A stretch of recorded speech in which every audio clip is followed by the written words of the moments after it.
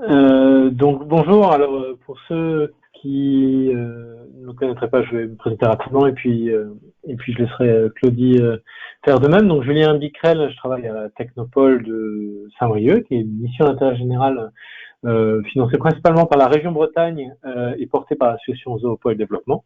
Donc on est une structure qui a pour mission d'accompagner l'innovation dans les entreprises de toutes filières, mais ça, beaucoup d'entre vous le savent déjà, parce que vous êtes des entreprises accompagnées par la Technopole. Donc bienvenue, merci à tous d'être présents aujourd'hui pour un webinaire Saint-Brieuc. Les événements Saint-Brieuc, ça fait un petit bout de temps qu'on les réalise maintenant avec le soutien de Saint-Brieuc Armor Agglomération. On a souvent fait des événements en présentiel, vous avez certains d'entre vous participé à des apéros Saint-Brieuc. Et puis, depuis cette année, par définition, il y a beaucoup plus de formats à distance. On souhaitait, en cette fin d'année, avec Claudie, vous proposer un webinaire sur le sujet du rebond des entreprises qui ont vu des portes se fermer cette année du côté de leurs clients, par exemple. Et c'est pour ça qu'on a souhaité vous proposer un événement autour du commercial et du marketing, comment booster ses ventes en temps de crise, avec plusieurs témoignages, donc à la fois des témoignages d'experts et témoignages d'entreprises qui ont traversé cette crise, sur les stratégies, les tactiques, les outils à mettre en œuvre pour rebondir et vendre plus, sans doute aussi vendre mieux, entre autres avec les techniques du marketing digital, dans le contexte actuel. Donc un événement dont on espère qu'il va vous outiller de plein de manières différentes, en concept et puis en outils aussi, éventuellement techniques ou en pistes d'outils. Pour cela, très rapidement les intervenants, on aura Simon Lagadec de l'agence Make the Grade, des spécialistes de l'inbound marketing et du growth marketing à Rennes. Bonjour Simon. Bonjour à tous, merci pour l'invitation. On aura Marilène Letout de Syconia, qui est consultante en développement commercial, on peut le formuler comme ça, sur Saint-Brieuc. Tout à fait, bonjour à tous, ravi d'être là. Bonjour Marilène. On aura Jean-Marie de Saint-Brieuc Armor Agglomération qui nous présentera le dispositif coaching mis en place par l'agglomération cette année, donc qui est un dispositif autour du rebond et de l'accompagnement des chefs d'entreprise confrontés à des difficultés ou à des enjeux. Donc bonjour Jean-Marie. Bonjour à tous. Bonjour. Merci pour l'invitation. Et puis on aura deux entrepreneurs, donc Loïc Lebéguec de LBRTfact, qui nous expliquera tout à l'heure ce qu'il fait. On est dans le registre de l'upcycling et des produits plutôt grand public, mais il y a une activité B2B aussi sur cette entreprise. Donc Loïc qui a été accompagné dans le cadre du dispositif coaching de Saint-Brieuc Armor Agglomération et qui témoignera de tout ça. Bonjour Loïc. Et bonjour pour finir Marc Pilonetto de la savonnerie Au Capitaine, qui présentera son entreprise. C'est la séquence Success Story qu'on a toujours sur nos événements Saint-Brieuc et qui actuellement a une grosse actualité, grosse réflexion sur le marketing digital, donc pourra aussi, j'espère, en témoigner. Tout ça, c'est un événement qui a été organisé avec Claudie, à qui je vais céder la parole, et qui va aujourd'hui animer l'événement. Je fais simplement l'introduction, je ferai peut-être la conclusion aussi, et donc c'est Claudie qui animera la table ronde, notamment tout de suite. Oui, bonjour à tous, merci Julien. Effectivement, un sujet intéressant en ces temps de crise. On a remarqué déjà quelques chiffres ont pu être publiés par le baromètre Kantar sur les ventes de biens de consommation qui ont augmenté de 13% au premier trimestre par rapport au premier trimestre 2019, au premier trimestre 2020. Et pas mal d'autres chiffres, notamment sur les achats sur Internet. 41 millions de personnes ont commandé sur Internet, soit 1 million de plus par rapport à l'année dernière. Donc, vraiment beaucoup de choses sur Internet. C'est sur les biens de consommation, sur le B2C. Aujourd'hui, on va aussi s'intéresser plus particulièrement au B2B avec l'intervention de Simon. Je vais lui céder la parole pour une conférence sur justement les outils marketing digitaux pour mieux vendre. Donc, une conférence d'une demi-heure à peu près, suivie de 5 minutes de questions. Je te cède la parole, Simon. Merci à toi et à tout à l'heure. Super, merci Claudie. Donc effectivement, merci pour l'invitation. Donc on est réunis là pendant une demi-heure afin de traiter d'un sujet ô combien important en cette année 2020 plutôt chamboulée. Donc on va parler des meilleurs outils marketing pour mieux vendre. Tout simplement, je me permets juste de me présenter. Donc je m'appelle Simon Lagadec, j'ai 30 ans, je suis quimpérois d'origine, installé et basé à Rennes où je déploie mon entreprise Make the Grade. Je vais expliquer qui nous sommes et ce que nous faisons juste après. Et à titre indicatif, j'ai également cofondé un média qui s'appelle Port d'Attache, qui lui est plus axé sur du B2C et qui réunit aujourd'hui une communauté de 90 000 personnes avec des contenus en ligne qui ont pour but de démocratiser la Bretagne. Donc tout ça pour dire quoi? Si vous avez des questions à titre B2B mais aussi B2C, je pourrai y répondre avec grand plaisir. Alors, chez Make the Grade, nous sommes une agence de marketing opérationnel et on accompagne les entreprises B2B dans leur croissance. Et notre mission aujourd'hui, c'est de faire de l'acquisition de nouveaux clients pour elles. Et nous avons 3 métiers pour le faire. Un premier métier de web design. Alors, qu'est-ce que ça veut dire? Ça veut dire qu'on réfléchit et on conçoit des sites internet de conversion qui sont là pour se positionner sur les moteurs de recherche et être le premier apporteur d'affaires des entreprises. Nous avons un second métier qui est de l'inbound marketing. Je vais y revenir dessus. Donc, c'est tout simplement la capacité, à travers ces contenus, d'attirer une audience qualifiée sur son site internet avec qui on veut et on peut travailler afin de générer des nouveaux contacts qualifiés pour les rendre acheteurs. Et justement, une fois qu'ils sont acheteurs, nous installons des process et des outils commerciaux afin d'aligner les efforts marketing avec les efforts de vente et tout simplement transformer les contacts chauds après une décision d'achat en nouveaux clients. Donc voilà pour les 3 spectres sur lesquels nous intervenons. Et ça va être aussi à travers cette expertise-là que je vais intervenir aujourd'hui. Donc dans la demi-heure qui va suivre, on va juste refaire un petit focus, un petit zoom sur les fondamentaux de l'inbound marketing pour que vous ayez tous en tête la méthodologie. Et c'est ce qui va nous permettre d'introduire les outils indispensables pour que nous puissions tous mieux vendre en 2021, notamment en s'appuyant sur le digital. Donc c'est un échange qui se veut être dans le partage aussi. Donc n'hésitez pas à poser vos questions dans le chat. J'y répondrai vraiment à 100% dans un temps 2. Donc au contraire, n'hésitez pas à me challenger par rapport à vos besoins actuels et à vos retours terrain. Alors, sans transition, on va commencer par les fondamentaux de l'inbound. Aujourd'hui, ce que l'on constate, c'est que les entreprises traditionnellement fonctionnent de cette manière en entonnoir, c'est-à-dire que leur service marketing va générer des contenus, va générer des listes qu'ils vont descendre à la force de vente aux commerciaux et les commerciaux à leur tour vont s'appuyer sur ces listings pour contacter les clients. La conséquence, c'est quoi? C'est que avec cette approche-là, on va faire des appels à froid, des appels téléphoniques, des emails à froid vis-à-vis de nos prospects, et on va être plus dans l'intrusion que dans la permission. Et souvent, on arrive dans cette étape de prospection avec une approche très centrée sur nos produits et très centrée sur nos services. Et aujourd'hui, cette approche, ce n'est plus ce qu'il y a de plus efficace. Donc, c'est de ce constat qu'est née une nouvelle approche qui fonctionne plutôt sous forme de volant. Donc, on va retrouver au centre de toutes les actions d'une entreprise les clients. Vous avez peut-être déjà entendu le terme de customer centric. Donc, c'est vraiment toutes les actions qui sont centrées sur le client. Et autour de ce client-là, on va interagir avec lui avec des actions marketing, avec des actions commerciales, mais aussi avec des actions de fidélisation et de service après-vente de nos clients.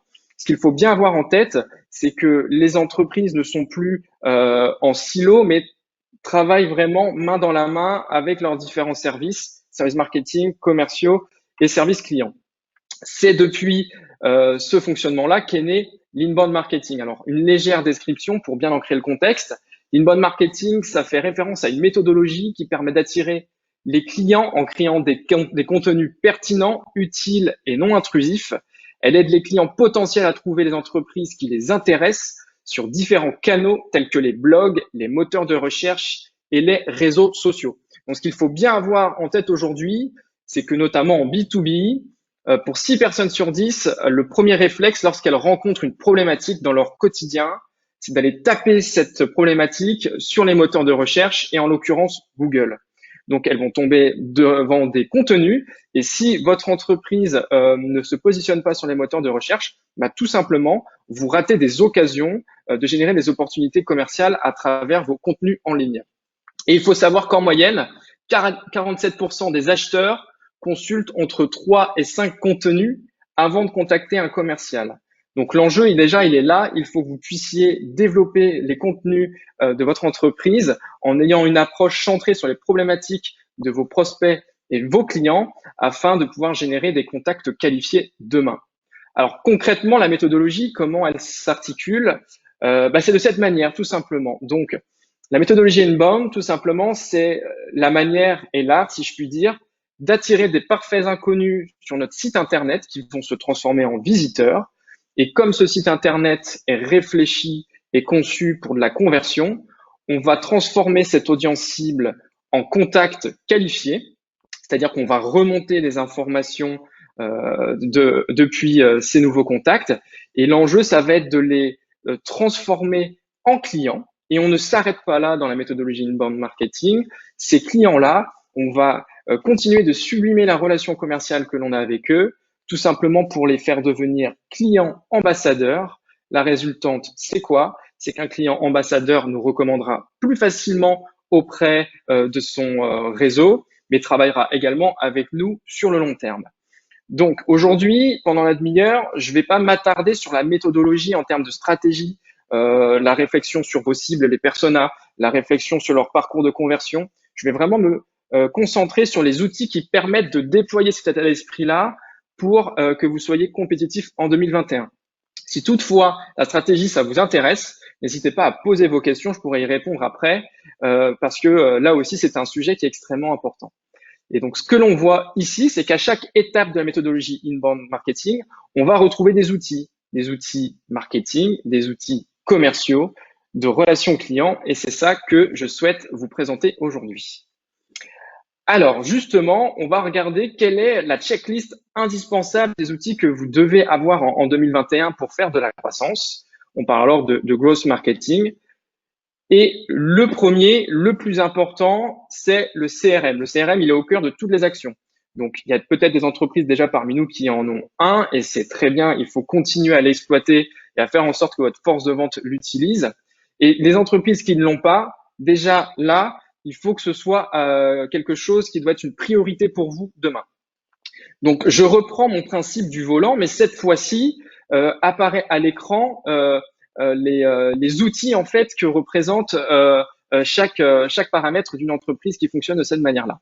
Donc, à la place des clients au cœur, on va retrouver vraiment le CRM. Donc, le CRM, c'est vraiment tout ce qui va nous permettre de recueillir la donnée sur nos prospects, sur nos clients, et c'est ce qui va faire le lien entre nos différents services. Ça va permettre aux équipes marketing de créer toujours des meilleurs contenus afin de générer des leads toujours plus qualifiés et qui vont permettre aux commerciaux de transformer plus facilement les contacts en nouveaux clients. Et les commerciaux vont pouvoir transférer aux équipes de votre service clientèle les bonnes informations aussi pour sublimer la relation que vous avez avec vos clients. Et le service après-vente client va aussi remonter des besoins terrain, que ce soit des insatisfactions, que ce soit des nouveaux besoins identifiés, pour les envoyer au marketing afin de créer des nouveaux contenus. Et vous voyez que la boucle est bouclée. Donc, le CRM, c'est vraiment le lien avec tous les services de votre entreprise. Et c'est indispensable aujourd'hui que vous en ayez un et qu'il soit bien utilisé de tous en interne. Donc, ça vous permet de centraliser l'enregistrement de vos données. Ça améliore la communication au sein d'une entreprise, comme je viens de vous l'expliquer. Et pour moi, c'est un indispensable pour que vous puissiez soutenir votre croissance. Donc, je pense que cette présentation vous sera partagée après cette conférence. Au fur et à mesure des slides que je présente, je vous ai glissé des ressources qui pourront vous être utiles afin de faire mûrir vos réflexions sur chaque outil que je vous recommande. Et justement, voici quelques outils CRM que je suggère. Donc, ils sont très connus. Peut-être que certains parmi nous ici en utilisent déjà. Donc, on retrouve celle-ci, on retrouve HubSpot, Pipedrive, Salesforce. Ils s'équivalent quasiment tous. L'idée, encore une fois, c'est qu'elles soient bien utilisées par vos équipes. Si toutefois, vous souhaitez savoir quel est le meilleur CRM adapté à votre entreprise en fonction de votre maturité digitale actuelle et en fonction de vos ambitions de demain, n'hésitez pas à poser vos questions là aussi, parce que je pourrais vous recommander un outil plutôt qu'un autre. Le deuxième outil que je vous recommande, c'est tout simplement votre site internet en lui-même, qui est vraiment le fer de lance de votre compétitivité. Alors, ce qui est très important à noter aujourd'hui, c'est que votre site internet, notamment quand on est en B2B, il doit être réfléchi et conçu pour la conversion et non pas uniquement réfléchi et conçu pour être une vitrine. Aujourd'hui, l'enjeu, ce n'est pas d'être uniquement visible. L'enjeu, c'est que votre site internet puisse vous apporter des opportunités commerciales. Il faut bien avoir en tête aussi une seconde information, c'est que de toute votre stratégie digitale pour faire du business en ligne, il y a seulement deux choses qui vous appartiennent. Un, votre site internet. Deux, votre base de données, donc le CRM. Ça, c'est à vous. Ce qui est acquis n'est plus à perdre et c'est très important. Je distingue des réseaux sociaux dont on parlera tout à l'heure parce qu'un algorithme qui évolue sur un Facebook ou un LinkedIn, vous pouvez avoir 10 000 personnes qui vous suivent ou 150 000, et ben, du jour au lendemain, on peut devenir invisible. Donc, son site internet, c'est quelque chose qui nous appartient, qui a de la valeur et qui nous permet de générer des opportunités commerciales. Donc, il faut le bichonner. C'est aussi une ressource qui est en ligne 24 heures sur 24 et 7 jours sur 7. Il faut savoir que vos prospects et vos clients, ils peuvent vous consulter le soir quand ils sont rentrés de leur journée de travail, les week-ends, les jours fériés. Il faut savoir que si vous avez des activités dédiées à l'international, un site, s'il est multilingue, vous pouvez, avec le décalage horaire, faire des nouveaux contacts entrants qualifiés lorsque vous vous réveillez au petit matin. Donc, c'est important que tout soit bien construit à ce niveau-là. Et surtout, c'est un support qui doit vivre et évoluer dans la durée. Il ne faut pas le voir comme un sujet à réinventer tous les 3 ans. Trop souvent, on croise des entreprises qui se disent « Ah tiens, ça fait 3 ans que j'ai fait mon site, il serait peut-être temps que je le change. » Et on repart dans un projet de refonte. C'est extrêmement coûteux et quelque part, c'est comme si on réinventait la roue. Alors qu'il vaut mieux faire une première version de site qui sera pas 100% complète, mais qui sera déjà dédiée à l'accueil de vos contenus inbound qui sont là pour résoudre les problématiques de vos clients et qui seront en mesure de convertir votre audience, quitte à le développer au fur et à mesure en rajoutant des pages, en créant des nouveaux contenus. Aujourd'hui, ce qui fonctionne très très bien, c'est de créer un blog. Si vous avez un site internet mais que vous n'avez pas de blog, là aussi c'est une piste à vraiment travailler dès janvier en 2021. Votre blog, attention sur ses contenus, il ne doit pas parler de votre entreprise et être auto-centré sur vous. Il doit prendre la parole sur, encore une fois, les problématiques que rencontrent vos prospects et vos clients. C'est une démarche très empathique. Vos services et vos produits, c'est que la résultante, c'est la cerise sur le gâteau. Si vous apportez des contenus qui sont là pour résoudre les problématiques de vos prospects et clients, ce sera beaucoup plus facile pour développer des liens avec eux et pour les transformer en clients avec votre force de vente. Alors, j'ai un exemple à vous communiquer par rapport à cela. Donc, je vais parler de Dilepix. Donc, c'est un de nos clients. C'est une start-up basée à Rennes. Et eux, ils sont dans l'agriculture de précision. Peut-être que certains d'entre vous ici les connaissent. Et donc, ils sont sur un projet qui est à la fois innovant, donc nouveau, et très technique. Et en plus de ça, ils s'adressent à 3 cibles simultanément en parallèle. Ils s'adressent aux producteurs végétaux, les cultivateurs, ils s'adressent aux machinistes robotiques et ils s'adressent aux éleveurs. Donc, on a tout d'abord réfléchi à une stratégie avec eux.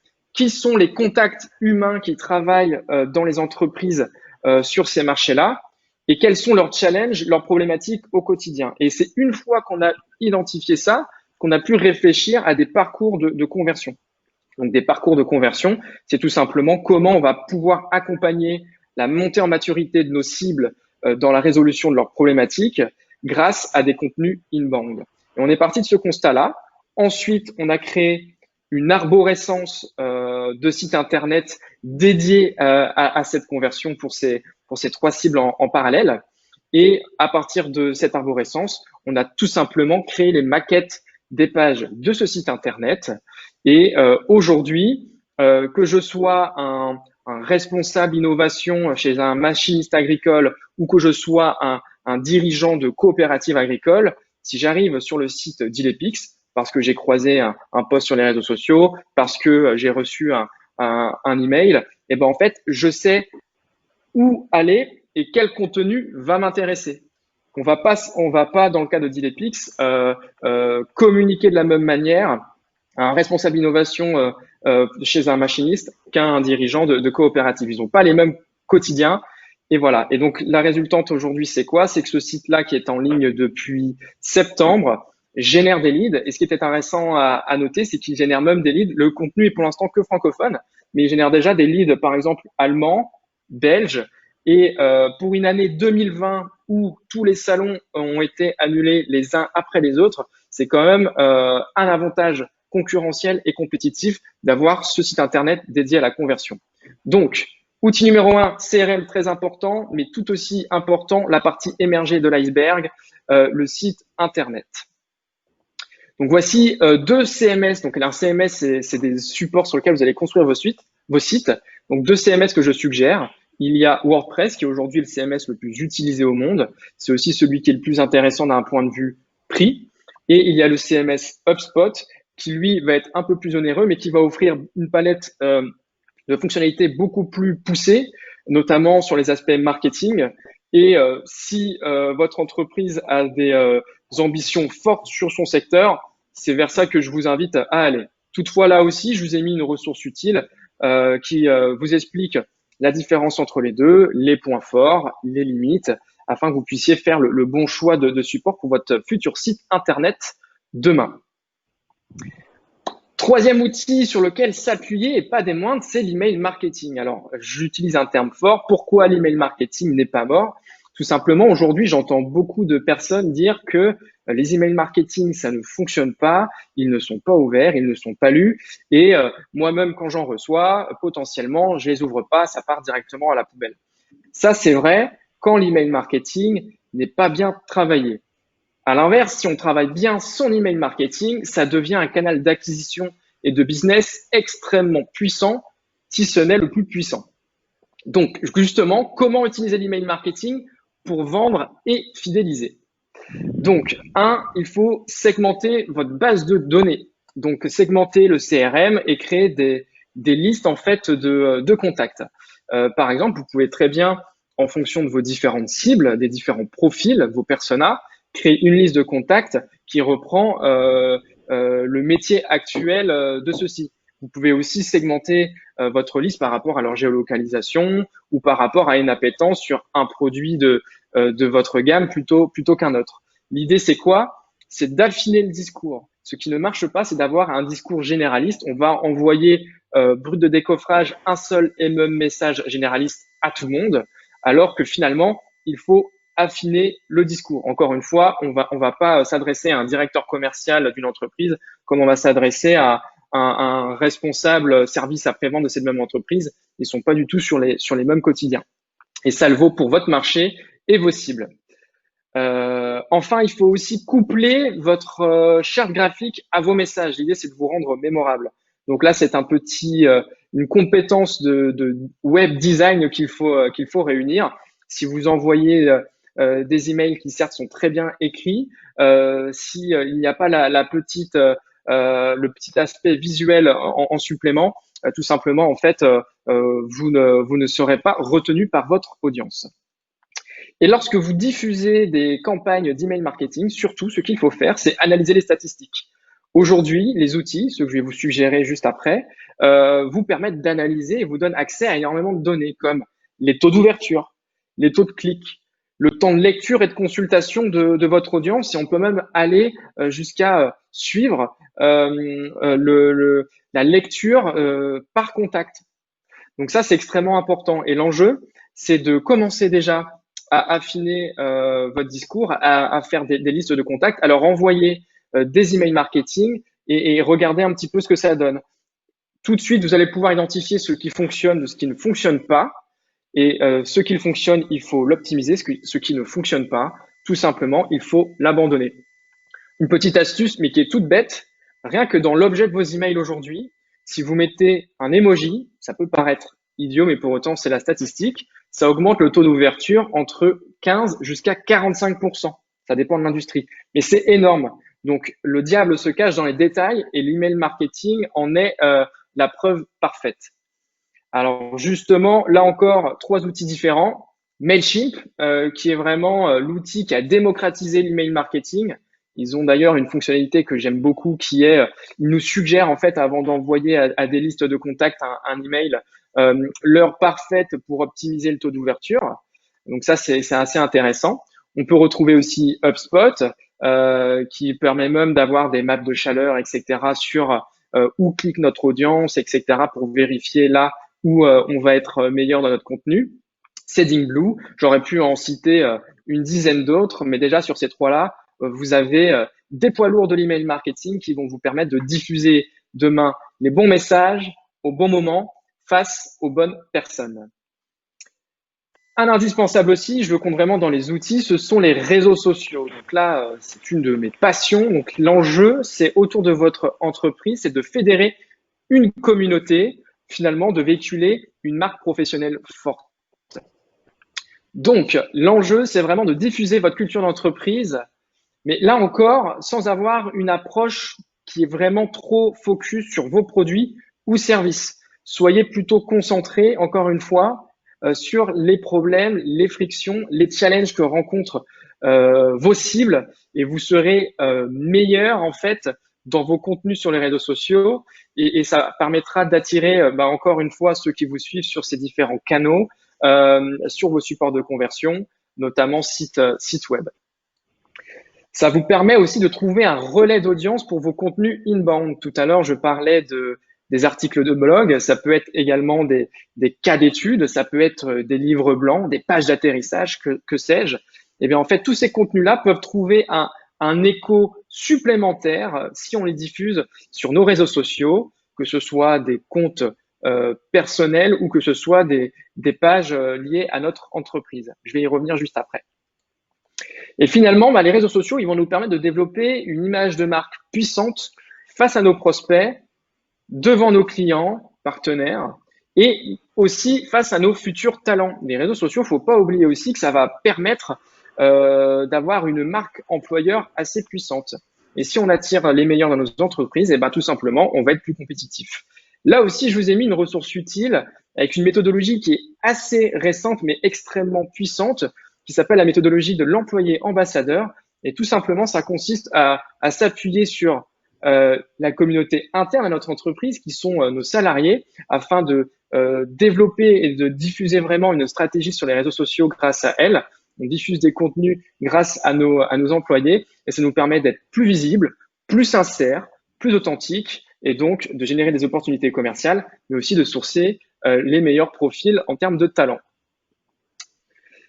Un second point, on parle de B2B aujourd'hui et pour moi, il y a un indispensable.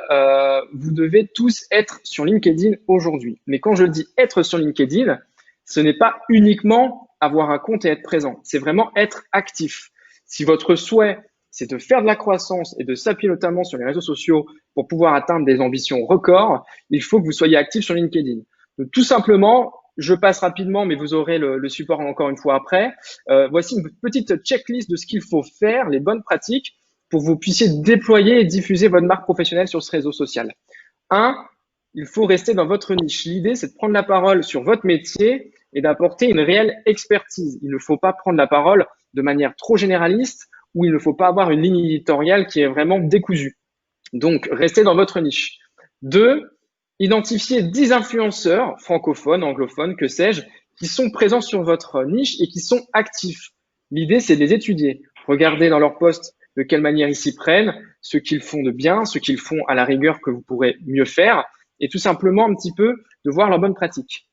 Ensuite, donc sur LinkedIn, les personnes qui sont déjà dans notre réseau sont au premier degré. Donc, les degrés sont notés à côté des noms et des prénoms des personnes. Et les personnes qui sont proches de notre réseau, c'est-à-dire au moins en contact avec une personne avec qui on est en relation et qui ne sont pas encore dans le nôtre, sont au second degré. et les personnes que nous ne connaissons ni d'Ève ni d'Adam sont au 3e degré. Là, l'enjeu pour développer votre communauté assez rapidement sur LinkedIn, c'est dès que vous publiez un post ou dès que des gens commentent et interagissent avec vous, s'ils sont au 2e degré, rentrez de manière personnalisée en contact avec eux. Si c'est des prospects, c'est vraiment pépite, ça fonctionne très très bien. Mais encore une fois, c'est une bande. Si on personnalise notre approche et qu'on apporte de la valeur ajoutée, et ben en fait, la relation de confiance, elle se crée beaucoup plus vite. Ensuite, il faut poster régulièrement la prise de parole. Donc, c'est 1 fois minimum par semaine. Ça peut être chronophage, mais en tout cas, on n'a pas de résultats sans effort. Et LinkedIn aujourd'hui est un Eldorado pour ça. Il faut savoir que l'algorithme actuel nous permet une visibilité facile sans avoir à payer. Ça restera pas éternellement comme ça. LinkedIn deviendra à un moment ou à un autre comme Facebook. Et ça sera très sûrement dans le court terme. Donc, c'est maintenant qu'il faut y aller. Donc, pour prendre la parole, il faut être quand même inspiré. Donc, moi, ce que je vous conseille, et c'est comme ça que je fonctionne aussi, c'est entretenez un fichier qui reprend un petit peu toutes vos idées et toute votre veille. Donc, si vous lisez un livre, notez-y vos petites punchlines. Si vous regardez des vidéos, n'hésitez pas à les centraliser pour les repartager demain avec votre analyse, etc. Donc, ça, c'est vraiment pour pouvoir vous inspirer au fil de l'eau.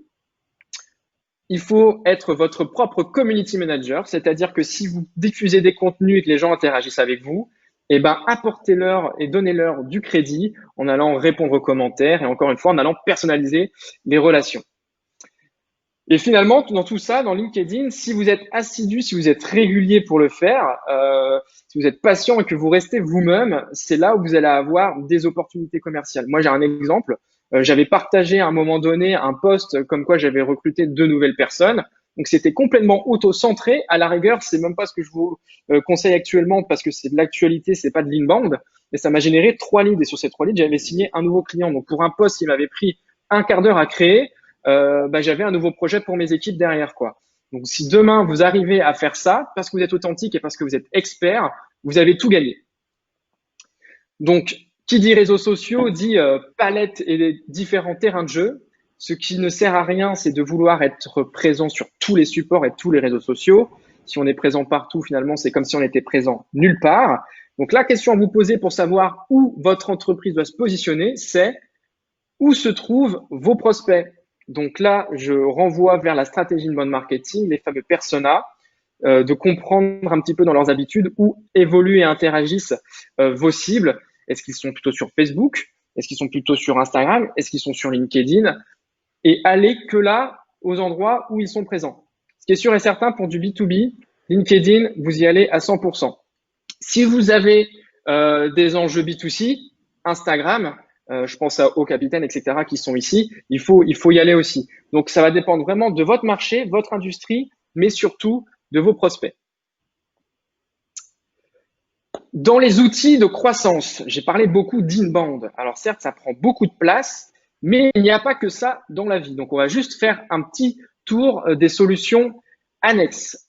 Donc, on parlait tout à l'heure de growth hacking. Donc, le growth hacking, c'est faire de la croissance rapidement en mettant sur la table un minimum de budget pour avoir sur le très court terme un maximum de résultats. Bref, avec le growth hacking, tout le monde il est beau, tout le monde il est gentil. Donc, il y a des techniques que je vais vous donner maintenant. C'est vraiment des astuces que vous pouvez appliquer dès aujourd'hui et qui vont vous servir. 2 outils pour que vous puissiez chasser les emails de vos prospects. Si vous arrivez à détecter les emails de vos prospects, vous allez pouvoir rentrer en contact plus facilement avec eux et leur pousser des contenus inbound. Donc, j'ai un premier outil, Lucha, c'est l'impression écran que vous avez là. Donc, Lucha est un outil avec une version gratuite que vous pouvez utiliser. En tout cas, moi, je l'utilise, elle me suffit.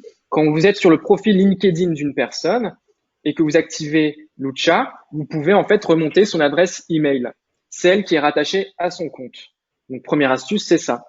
J'ai un deuxième outil à vous suggérer qui s'appelle Hunter, Hunter, et qui est une extension Google Chrome. Donc, vous allez sur Google, vous tapez extension Google Chrome Hunter, vous l'installez à votre navigateur et lorsque vous consultez un site internet et que vous allumez en fait cette extension-là, vous allez pouvoir sourcer et remonter toutes les adresses email de cette entreprise. En fait, cet outil, il va aller analyser vraiment le site internet de fond en comble pour vous remonter des adresses email. Donc, avec Hunter, vous pouvez remonter des emails depuis des sites internet de vos prospects. Avec Lucha, vous pouvez remonter les adresses email de vos prospects, mais sur LinkedIn. Donc déjà, 2 outils qui vous permettent de parfaire votre base de données. Ensuite, l'inbound, c'est une stratégie qui est idéale pour le moyen long terme. Elle permet de se positionner sur les moteurs de recherche avec le référencement naturel. Mais pour ceux qui ont besoin de tester des idées rapidement et qui ont besoin d'avoir un fonctionnement court terme, vous pouvez coupler vos actions marketing, vos contenus inbound avec de la sponsorisation. Donc là aussi, vous avez sûrement déjà entendu parler de Google Ads, de LinkedIn Ads et de Facebook Ads. Et en fait, c'est un peu comme si chacun de ces supports-là avait une régie publicitaire à laquelle vous pouvez accéder. Ils ont une montagne pharaonique de données sur leurs utilisateurs. Et comme ils ont cette puissance en termes de données, on peut, via des ciblages, pousser, encore une fois, les bons contenus plus rapidement aux bonnes personnes. La condition sine qua non, c'est bien évidemment de payer, c'est de bien cibler. Et donc, pour ceux qui veulent s'aventurer là-dessus, il faut avoir une démarche de retour sur investissement pour voir vraiment si les budgets que vous allouez à la sponsorisation vous permettent d'avoir des leads qualifiés que vous pouvez transformer en clients. Mais en tout cas, ce qu'il faut retenir, la sponsorisation, c'est parfait pour faire de la génération de business sur le court terme. Il est très important aussi que vous puissiez anticiper vos process et vos outils de demain. Et aujourd'hui, il est important de penser automatisation. Ça va permettre à vos équipes d'éliminer les tâches répétitives et qui sont sans valeur ajoutée dans leur quotidien. Donc, je peux par exemple préconiser la mise en place de ce qu'on appelle le score de vos contacts. C'est-à-dire que vous pouvez détecter et suivre les informations que vous allez remonter depuis votre audience, c'est-à-dire quelqu'un qui va compléter un formulaire va vous remonter les informations, on va les retrouver dans le CRM. Toutes les informations ne se valent pas, certaines sont plus précieuses que d'autres. Et en parallèle de ça, on peut aussi suivre et traquer des actions comportementales de votre audience. Quelqu'un qui télécharge un livre blanc, quelqu'un qui va venir visiter X page de notre site internet, quelqu'un qui va ouvrir tel et tel email. Et face en fait à ces actions comportementales et à ces informations, on peut allouer une valeur en points. Donc c'est pour ça, plus une action demande un effort important et plus elle va avoir une valeur en points importante, plus une information est précieuse et plus elle va avoir une valeur importante. Et on peut très bien se dire que ce calcul-là, il va être en fait généré automatiquement en temps réel et on va dire que quand un contact atteint 100 points, on va l'envoyer à l'un de nos commerciaux qui aura pour but de le contacter. La résultante là aussi, c'est quoi? C'est qu'au moment où ce contact-là atteint les 100 points avec notre qualification et ce scoring, derrière, lorsque notre commercial va le contacter, il y aura fort à parier que le prospect nous connaîtra déjà, donc notre entreprise connaîtra déjà nos produits, nos solutions, et en fait, on sera mieux accueilli. Donc, je reviens aux premières slides en amont de cette présentation-là. On n'est plus dans une approche vraiment en entonnoir, on va être vraiment dans une approche où on a aligné les informations marketing pour servir le commercial et on va transformer le prospect plus facilement en client.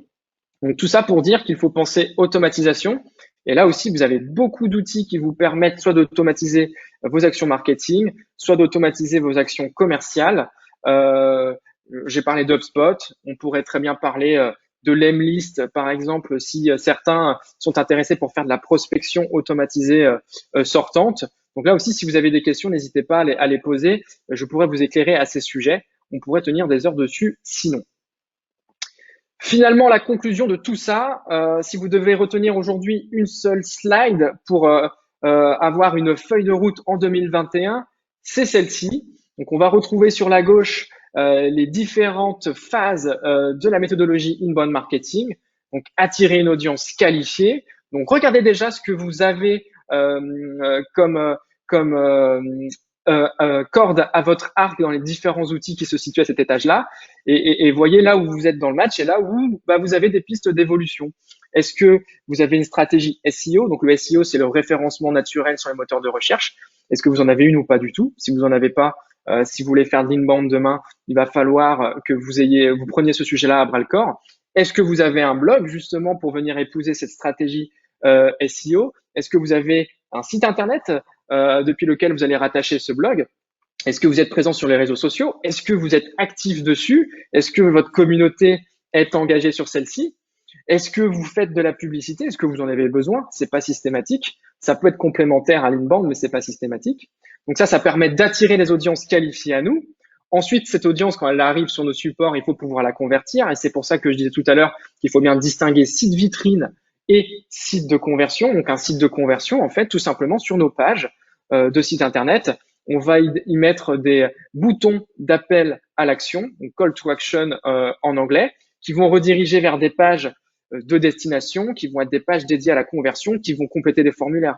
Et là aussi, posez-vous la question, OK, mes formulaires, est-ce qu'ils sont bien construits? Est-ce qu'ils remontent les informations que j'ai besoin? Est-ce qu'ils sont complétés facilement? Est-ce que j'en demande trop peu ou est-ce que j'en demande beaucoup trop afin de générer des leads qualifiés? Et une fois qu'on les convertit, l'idée, c'est de conclure des ventes avec nos nouveaux contacts. Donc là aussi, est-ce que j'ai mis en place un système d'email marketing afin d'accompagner leur montée en maturité? Est-ce que j'ai commencé à automatiser certaines choses qu'aujourd'hui je fais manuellement et qui me prennent, par exemple, 1 heure de mon temps tous les jours alors que je pourrais en fait me débarrasser et gagner ce temps-là?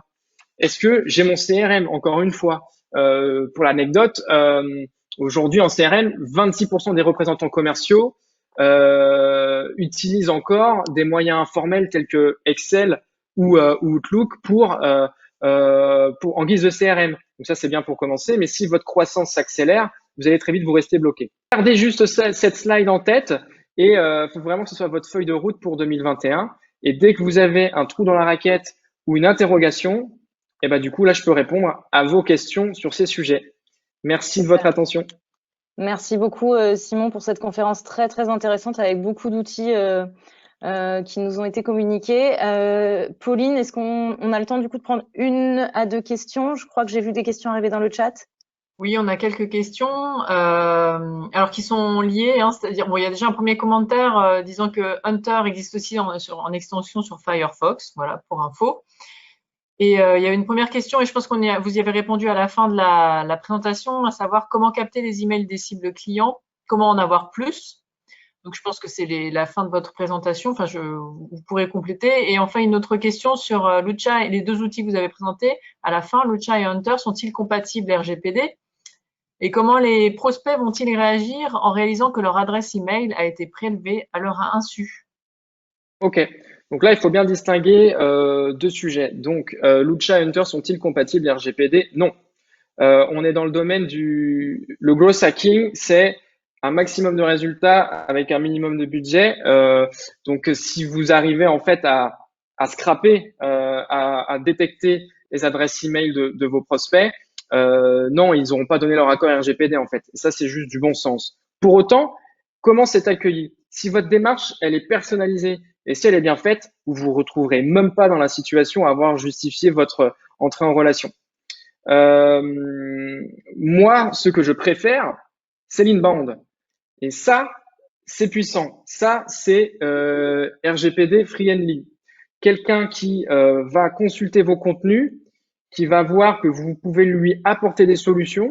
C'est une personne qui va plus facilement, imaginons, compléter un formulaire sur votre site internet parce il voudra accéder à une ressource telle qu'un livre blanc qui aura de la valeur pour lui. Et lorsqu'il aura complété le formulaire, là, par contre, l'enjeu RGPD sera pris en compte et on pourra communiquer avec lui de la meilleure des manières. Donc, c'est une question de philosophie, mais aussi de timing. Si vous voulez faire les choses au mieux sur le long terme, il faut faire de l'inbound et réfléchir conversion. Si vous voulez aller très vite pour avoir un maximum de résultats en peu de temps, dans ce cas-là, il faut faire du hacking. Et là, c'est 2 petites techniques parmi tant d'autres pour le faire. Mais le gros hacking, il faut bien avoir conscience que des fois, c'est pas ce qu'il y a de plus éthique. On est d'accord. Alors moi, je suis RGPD addict là-dessus. Donc, pour ceux qui veulent être tout comme moi dans les clous et dans les normes, pensée inbound et pensée formulaire qui prennent en compte les notions RGPD. Ok. Eh ben, écoutez, dans ce cas, on va pouvoir passer à la table ronde. De toute façon, Simon, on aura d'autres questions pour toi qui vont arriver tout à l'heure. Avec plaisir. Donc, je vais demander à nos intervenants de se reconnecter, donc à Marilène, Jean-Marie, Loïc et Marc. Et puis, on va commencer par vous demander à tous les quatre et surtout à Loïc et Marc, en 1 minute, comment ça résonne chez vous, les propos de Simon par rapport à votre société, à vos sociétés respectives. Alors Marc, est-ce que tu as un commentaire? Donc, Simon, tout ce que tu viens de dire là, j'ai devant moi le déroulé de toutes les montagnes russes que je dois franchir.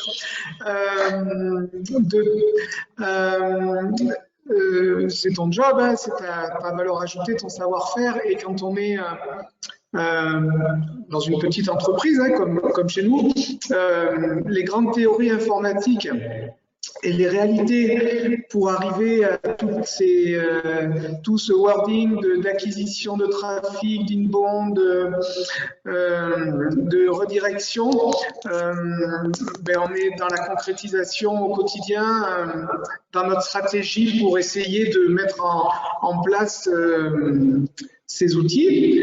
Et on mesure bien souvent toutes les difficultés qu'il y a à coordonner toutes les actions.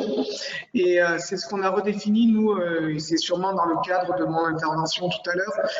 C'est l'analyse que j'ai faite au bout de 2 ans et demi d'activité, de reprendre dans l'ordre le positionnement stratégique de l'entreprise pour faire une vraie transition digitale, mais qui va reprendre toute la structure même de l'entreprise dans sa définition au départ pour aller sur le marché. Dans le B2B, dans le B2C, dans l'image de marque et même dans les valeurs mêmes qui m'animent personnellement. Loïc, est-ce que tu as quelque chose à oui, dire par rapport? Il y aurait sûrement beaucoup de choses, tout en sachant qu'évidemment, moi, je viens de l'artisanat. Voilà. Alors, je dis pas que les artisans sont déconnectés, hein, mais les choses se présentent un petit peu différemment. Donc, du coup, ce qui a été évoqué là, ce qui a été présenté parfaitement par Simon d'ailleurs, ça nous donne l'obligation de le comprendre déjà clairement, même le vocabulaire, qui est quand même assez spécifique, hein, je parle évidemment pour moi, et puis de se les approprier. De laisser s'approprier, et puis en même temps, donc évidemment, a priori, et c'est même pas a priori, c'est parce que certains, ça demande du temps, il faut du temps pour ça. Alors est-ce qu'on le fait nous-mêmes ou alors est-ce qu'on le renvoie vers un tiers, c'est à voir. Néanmoins, je crois que tout ce qui a été proposé ici, tout ce qui a été présenté est certainement positif. Certainement, à mon avis. Et d'ailleurs, je crois aussi que, comme il a été dit, vraiment s'en servir selon soi, selon son entreprise, selon son ADN.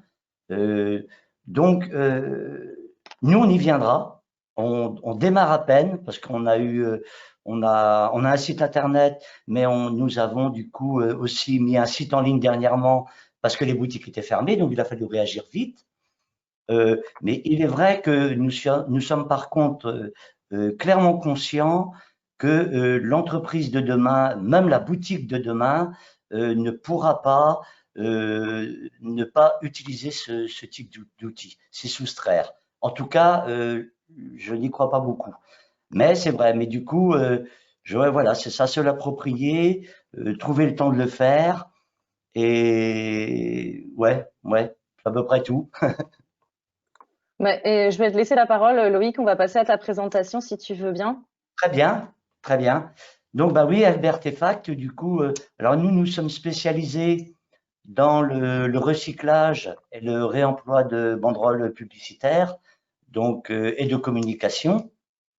Donc, on s'est vraiment focalisé là-dessus. Si je veux vous donner un parallèle peut-être visible aussi, qui serait assez comparable, c'est le recyclage des voiles bateaux. On est en gros dans les mêmes principes, sauf que nous avons décidé uniquement de se spécialiser sur les banderoles publicitaires imprimées. Voilà. Donc du coup, nous sommes dans la grande catégorie du recyclage, dans le grand monde du recyclage, et plus spécifiquement dans le réemploi, c'est-à-dire que la matière première récupérée se transforme directement en article. Voilà, donc, et avec un petit plus qui est dans ce qui est appelé le upcycling. Il y a on peut le dire en français, mais c'est un peu plus compliqué, enfin, c'est plus long. Donc, c'est de revaloriser au maximum comme on le voit à l'écran, les banderoles qu'on nous remet. Nous travaillons beaucoup avec les institutionnels, enfin tous les services de com en fait, qu'ils soient, enfin c'est eux qui font appel à nous, qu'ils soient institutionnels, qu'ils viennent d'entreprises ou d'associations. Voilà, c'est nos gros. En fin de compte, on a tout de suite ciblé ces réseaux-là parce que ils sont les premiers utilisateurs de ce type de support dans leur communication. Donc voilà, dans les institutionnels, il y a aussi évidemment localement toute l'agglomération pour ici de Saint-Brieuc agglomération, le département, la mairie, la bibliothèque, enfin, et plein des lieux comme l'abbaye de Beauport, enfin voilà, qui nous remettent leurs banderoles. Alors il y a très rapidement, il y a deux grands types en fait de fonctionnement chez nous, c'est-à-dire que soit on nous dépose des bâches pour ne pas les jeter, pour ne pas les envoyer à la déchetterie. Et donc, nous, notre engagement classique et normal et visible, il est de recycler ces bâches-là en bagagerie, parce que pour nous, la bagagerie, c'était plus évident.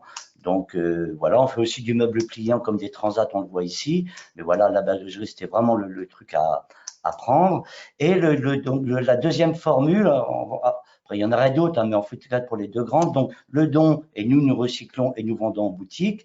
Et le don, et le dépôt d'entreprise, où une entreprise nous remet donc tous ces supports de communication et nous demande de leur proposer des produits et des articles derrière. Alors, soit nous avons déjà des produits qui leur correspondent en bagagerie, soit on leur crée des produits pour eux. Spécifiquement, voilà, on peut leur créer on leur propose des prototypes et ils les choisissent et derrière ils nous rachètent donc ces produits-là.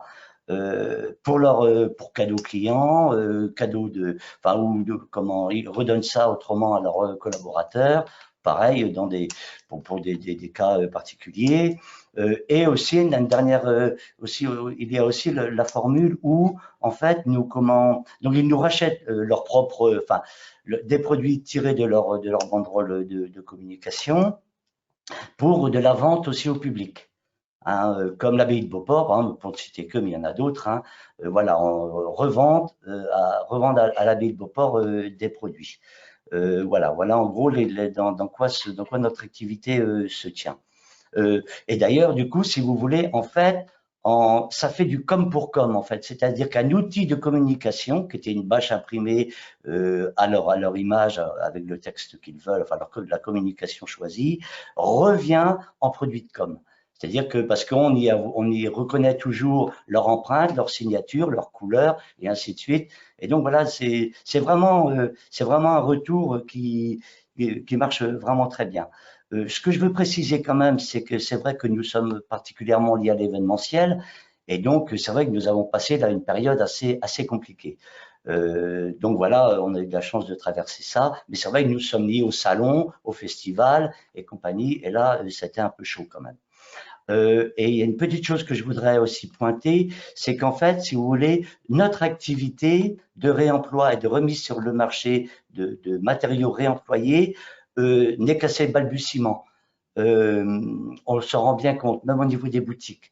Nous vendons nos produits évidemment upcycling dans notre boutique, mais il est vrai que nous devons informer presque chaque client de qu'est-ce que c'est la bagagerie, ils savent ce que c'est, d'où elle vient, avec la diversité d'imprimés que nous recevons et nous transformons. Ça nous demande beaucoup de pédagogie parce qu'en fait, on se rend compte qu'on parle beaucoup du réemploi, de l'upcycling, un petit peu moins quand même, ou du recyclage. Mais il est vrai que sur le marché, en réel, on peut pas dire que ça représente encore un gros marché. C'est naissant, je trouve. D'ailleurs, quand on pose la question à nos clients, est-ce que chez vous, vous avez quelque chose qui vient du réemploi? 9 fois sur 10 ou 98 fois sur 100, non. Et c'est pas du tout une accusation, hein. C'est juste pour remettre les choses dans leur réalité, hein. Je crois que voilà. Par contre, nous estimons clairement, et nous le voyons chaque jour, que, en tout cas dans notre activité, dans notre choix d'activité, c'est un marché potentiel réel. Voilà, c'est pas un fantasme, hein. On le voit tous les jours, nous évoluons chaque jour, chaque mois, et du coup, oui, on n'est pas dans, on est dans quelque chose de réel, voilà, avec des valeurs, c'est vrai, mais ce qui doit appuyer nos valeurs, ce sont les articles. C'est-à-dire qu'on va tant mieux pour les valeurs, c'est dans l'ADN de l'entreprise, mais on ne va pas acheter un produit pour ses valeurs uniquement. Il faut qu'il soit plaisant, il faut que ce soit un vrai produit, quoi. C'est-à-dire que quand quelqu'un passe devant notre boutique, il va pas voir derrière les valeurs, même si c'est écrit de ci, de là, il va voir le produit qui attire. Hein, faut pas tout mélanger. La priorité, c'est quand même d'attirer les gens, de générer de l'achat par quelque chose qui plaît, rien qu'en le voyant, quoi. Donc ça, c'est un peu notre fort. Ce que je voudrais dire, bah oui, alors si vous voulez rapidement, il faut me couper autrement parce que voilà, la surface, on s'est en gros cantonné à la Bretagne, région Bretagne dans nos démarches. Il est vrai que les surfaces sont considérables. Au bas mot, à recycler en Bretagne chaque année, c'est 100 000 mètres carrés de bâches imprimées à recycler minimum en Bretagne, donc ces bâches recyclées que je vous ai évoquées, d'imprimés de communication.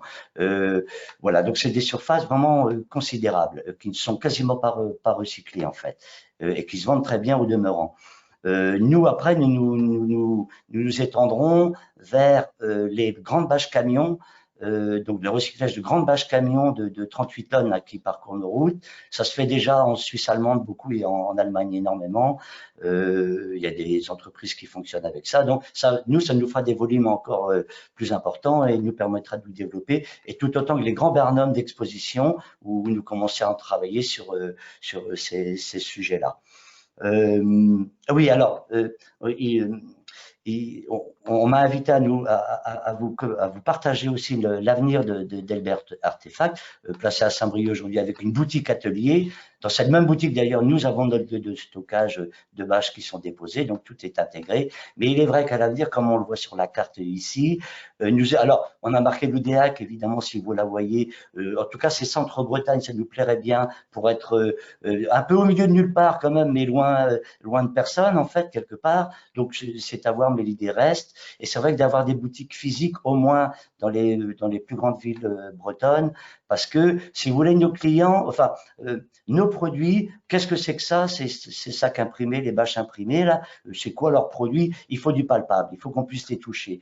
Vuitton, on se pose pas la question, hein. Sur les produits LB Artefact, qu'est-ce que c'est? Il faut voir. Donc, c'est vrai que nous sommes très attachés à des boutiques ateliers physiques évidemment dans les principales villes là au jour d'aujourd'hui, et puis après dans les villes moyennes aussi vraiment à l'avenir. Et évidemment pour gérer tout ça, nous pensons proposer dès que possible un grand lieu de récupération comme une petite plateforme de récupération de toute cette masse de matières premières en fait, hein, pour évidemment la sélection, la découpe de tous ces produits-là, et la fabrication d'articles que nous pouvons après renvoyer en boutique. Je pourrais vous donner d'autres détails hein, qui sont là-dedans, mais il est vrai que, voilà, en gros, pour que ça puisse fonctionner, il nous faut quasiment un outil industriel hyper efficace, avec un outillage assez lourd. Et voilà vers quoi nous allons au jour d'aujourd'hui. Merci beaucoup Loïc pour cette présentation de LB Artefact. Alors je vais réinviter Marilène et Simon à cette table ronde en leur demandant quels sont les conseils que vous pourriez donner à Loïc pour développer son activité. Alors Marilène, tu connais bien Loïc, tu reviendras tout à l'heure sur le parcours de la commission coaching notamment, mais justement, qu'est-ce que tu pourrais donner comme conseil à Loïc pour développer son activité? Je reviendrai après avec plus de détails. J'ai tellement de choses à dire à Loïc. voilà, on a bien travaillé ensemble cet été. Le, ce que je voudrais qu'il retienne, c'est, je lui ai déjà dit, ce qui se voit se vend. Sa boutique, le concept de sa boutique atelier, les valeurs de ses produits, la qualité du design et de la fabrication, tout y est. Tout y est. Faut juste que les gens connaissent LB Artefact. C'est ça le truc. Il faut que ça sorte de cette petite boutique atelier de Saint-Brieuc. Comment on a déjà échangé sur des moyens qui sont pas onéreux forcément. La communication digitale, évidemment, en plus de tout ce que Loïc a parfaitement expliqué, ces produits, j'arrête pas de lui dire, sont beaux. Donc, on a échangé, Claudie, tu parles de photos Instagrammables, bien sûr, bien sûr. Voilà, les photos facilement publiables sur les réseaux pour juste se faire connaître.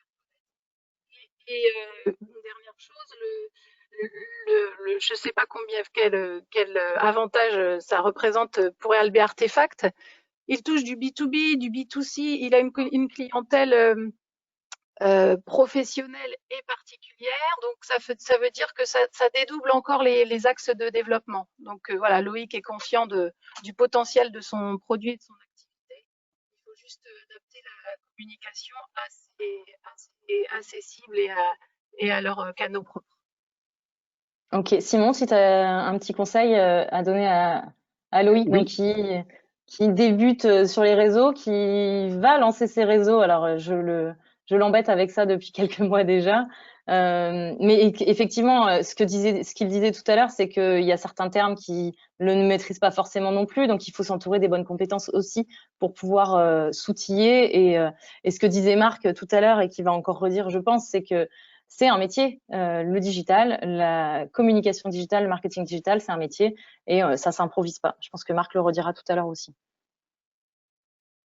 Oui, alors je suis très aligné avec ce que vient de conseiller, suggérer Marilène. Finalement, LB Artefact, c'est des super produits qui prônent de superbes valeurs. Et ça, finalement, l'enjeu, il est là, il est de créer une communauté autour de ça. Donc, se lancer sur les réseaux sociaux, oui. Je pense effectivement aussi à Instagram. Et si je devais donner un petit peu un exemple à suivre pour directement LB Contact, Artefact, pardon, hop, c'est celui-là, Brace Club en fait, hein, qui surfe un petit peu aussi sur la tendance d'une communauté bretonne, de créer des contenus photographiques, éditoriaux, textuels, afin de pousser leurs produits face à une communauté qui peut finalement être acheteur. Donc, se lancer sur Instagram.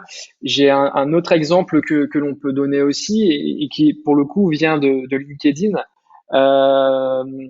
Peut-être que vous connaissez de nom, ça s'appelle les mini-mondes. Ce sont des jouets en plastique recyclé, donc la cible prioritaire, c'est les enfants. Et pourtant, ils ont une stratégie vraiment identifiée sur LinkedIn, où en fait, ils personnifient en fait la marque.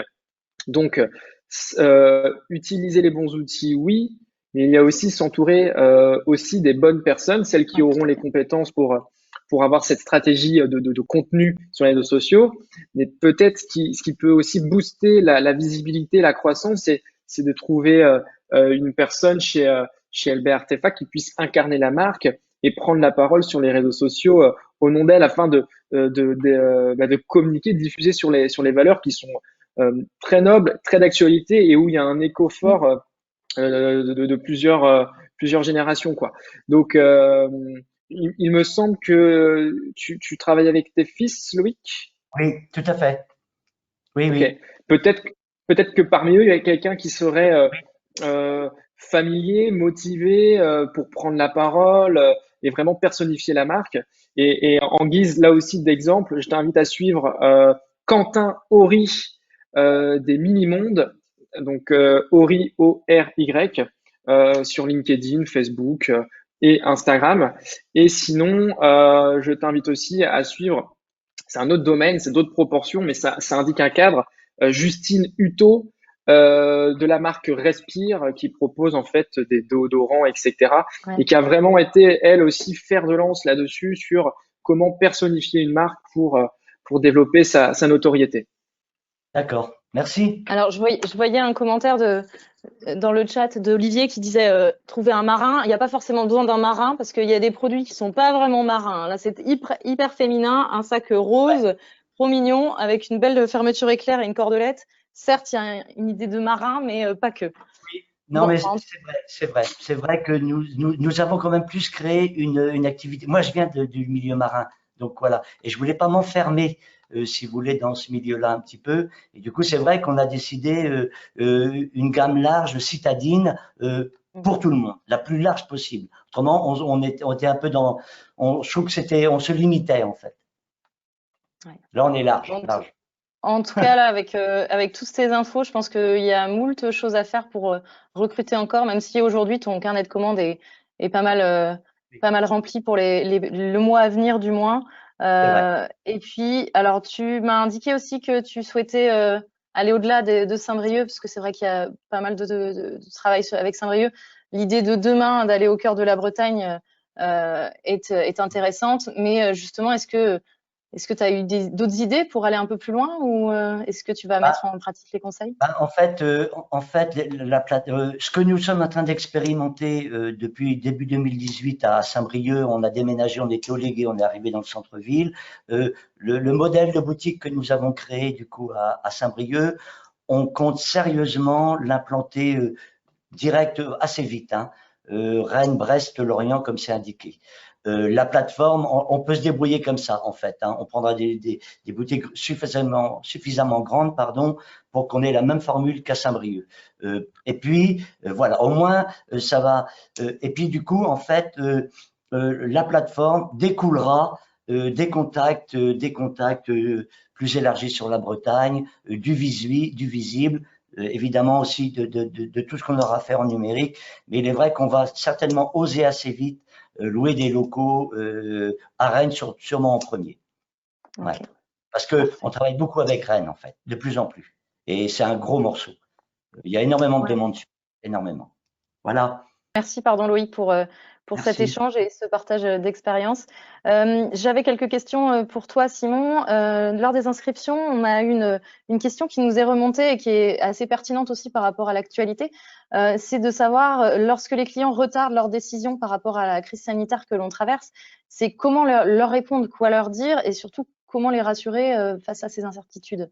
Est-ce que on n'a pas de boule de cristal, mais est-ce qu'il y a des choses qui pourraient être intéressantes? Alors déjà, c'est de remonter quelles sont leurs nouvelles réflexions par rapport à ça. Qu'est-ce qui les pousse finalement à retarder, voire annuler les bons de commande pour identifier leurs nouvelles problématiques. Et après, la méthodologie reste la même. Si j'identifie une nouvelle problématique et que je suis avec mon entreprise et mes talents internes, mes services en mesure de les résoudre, je vais créer des contenus autour de ça. Je vais créer des contenus des articles de blog, par exemple, pour montrer de quelle manière on peut solutionner ça. Ou je peux aussi créer des études de cas ou des cas pratiques. Telle entreprise qui a rencontré la même problématique que vous m'a contacté. Voici ce que nous avons mis en place pour résoudre cette friction-là. Et voici les bénéfices de notre intervention et ce que ça a apporté. Et finalement, quand on va partager ces ressources-là aux entreprises qui retardent un petit peu leur réflexion commerciale avec nous, ils vont pouvoir se projeter plus facilement et du coup, ça va permettre de réduire, grâce à des contenus, encore une fois, inbound, leur cycle de réflexion. En fait, là, il y a besoin de réassurance, quoi. Et pour faire de la réassurance, c'est des contenus. On dialogue dans un premier temps avec eux, on crée des contenus après, parce que si je rencontre une objection une fois, je peux la rencontrer 100 fois. Par contre, si je la résous une fois, je peux la résoudre aussi 100 fois. Ouais, ça duplique après. La question aussi qu'on peut se poser et qui aurait pu arriver dans le chat, mais c'est quels sont les préalables au lancement d'actions marketing digital? Qu'est-ce qu'il faut faire au tout début et quel budget il faut compter?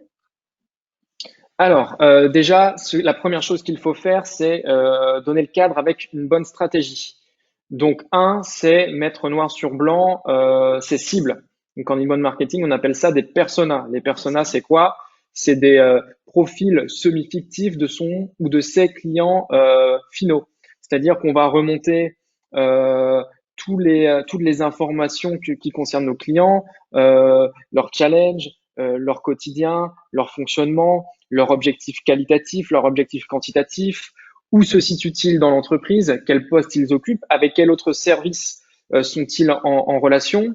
D'un point de vue personnel, est-ce qu'on va s'adresser à des parents? Est-ce qu'on va s'adresser à des jeunes actifs? Est-ce qu'on va s'adresser à une population de dirigeants qui va être du coup dans une autre tranche d'âge, etc. En fait, c'est tout ça qu'on a besoin d'identifier parce qu'encore une fois, on va pas s'adresser par exemple à un dirigeant de 50 ans comme on va s'adresser, je ne sais pas moi, à un responsable marketing à la trentaine, quoi, par exemple. Tout à fait. Et donc, faire les personas. Ouais. Alors, juste, faire les personas. Et une fois qu'on a fait ça, en fait, il faut continuer. Et en fait, il faut travailler ces parcours de conversion.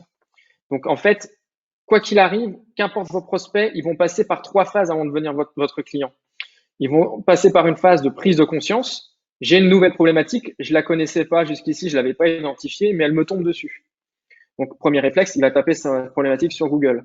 Donc, il faut qu'on ait du contenu pour être en face de cette prise de conscience. Deuxième étape, c'est une phase de considération. Ma problématique, je l'ai identifiée. Maintenant, je suis en train de m'éduquer pour savoir comment je vais la résoudre. Donc, je source les différentes solutions. Et troisième et dernière étape, une fois que je suis suffisamment mature sur la résolution de mon problème, j'arrive à une étape de décision. Donc, dans ce cas-là, je choisis parmi toutes les solutions qui s'offrent à moi, celle que j'estime être la bonne. Et c'est là, en fait, où votre prospect rentre en contact avec vous pour demander, je sais pas, une démo, un devis, etc. Et on va pouvoir le convertir en client. Ce qu'il faut absolument faire si vous partez de zéro et que vous avez fait vos personas, c'est de créer des contenus qui vous permettent de générer des contacts, soit à la phase 1 de prise de conscience, soit à la phase 2 lors de la considération. Pourquoi? Parce que si vous arrivez dans la boucle uniquement à l'étape de décision, pour 90% des cas, la personne, le prospect, aura déjà pris sa décision d'achat avec l'un de vos concurrents. Donc, quels sont ces contenus-là? C'est les articles de blog, les cas d'études et des livres blancs. Vous faites simple, déjà commencez par ça, mais le prérequis, c'est d'avoir bien travaillé ces personas et ces cibles. Et le budget et le délai de retour sur investissement, est-ce que tu peux nous l'estimer un peu? Alors là, ça dépend. Ça dépend. Je dirais le budget, si on externalise, ça peut être entre 3 et 6 000 euros pour 6 mois. Si on internalise, on paye la ressource humaine. Et le retour sur investissement, moi j'ai eu des cas où je lance une campagne, une demi-heure après, j'avais déjà des leads, tout comme des contacts, tout comme j'en ai eu d'autres où ils sont arrivés dans la semaine en cours. Et après, c'est en flux continu, quoi. Ce qu'il faut bien avoir en tête, c'est qu'une fois qu'une campagne inbound marketing, elle est lancée, elle va générer des leads continuellement. La seule, ce qui encore une fois est gagné en termes d'audience, ne peut plus être perdu lorsque l'on parle de référencement naturel sur les moteurs de recherche. Ok. Et en dernière petite question, parce que le temps file, quelles sont les erreurs à ne pas faire? Confondre site internet vitrine avec site internet de conversion.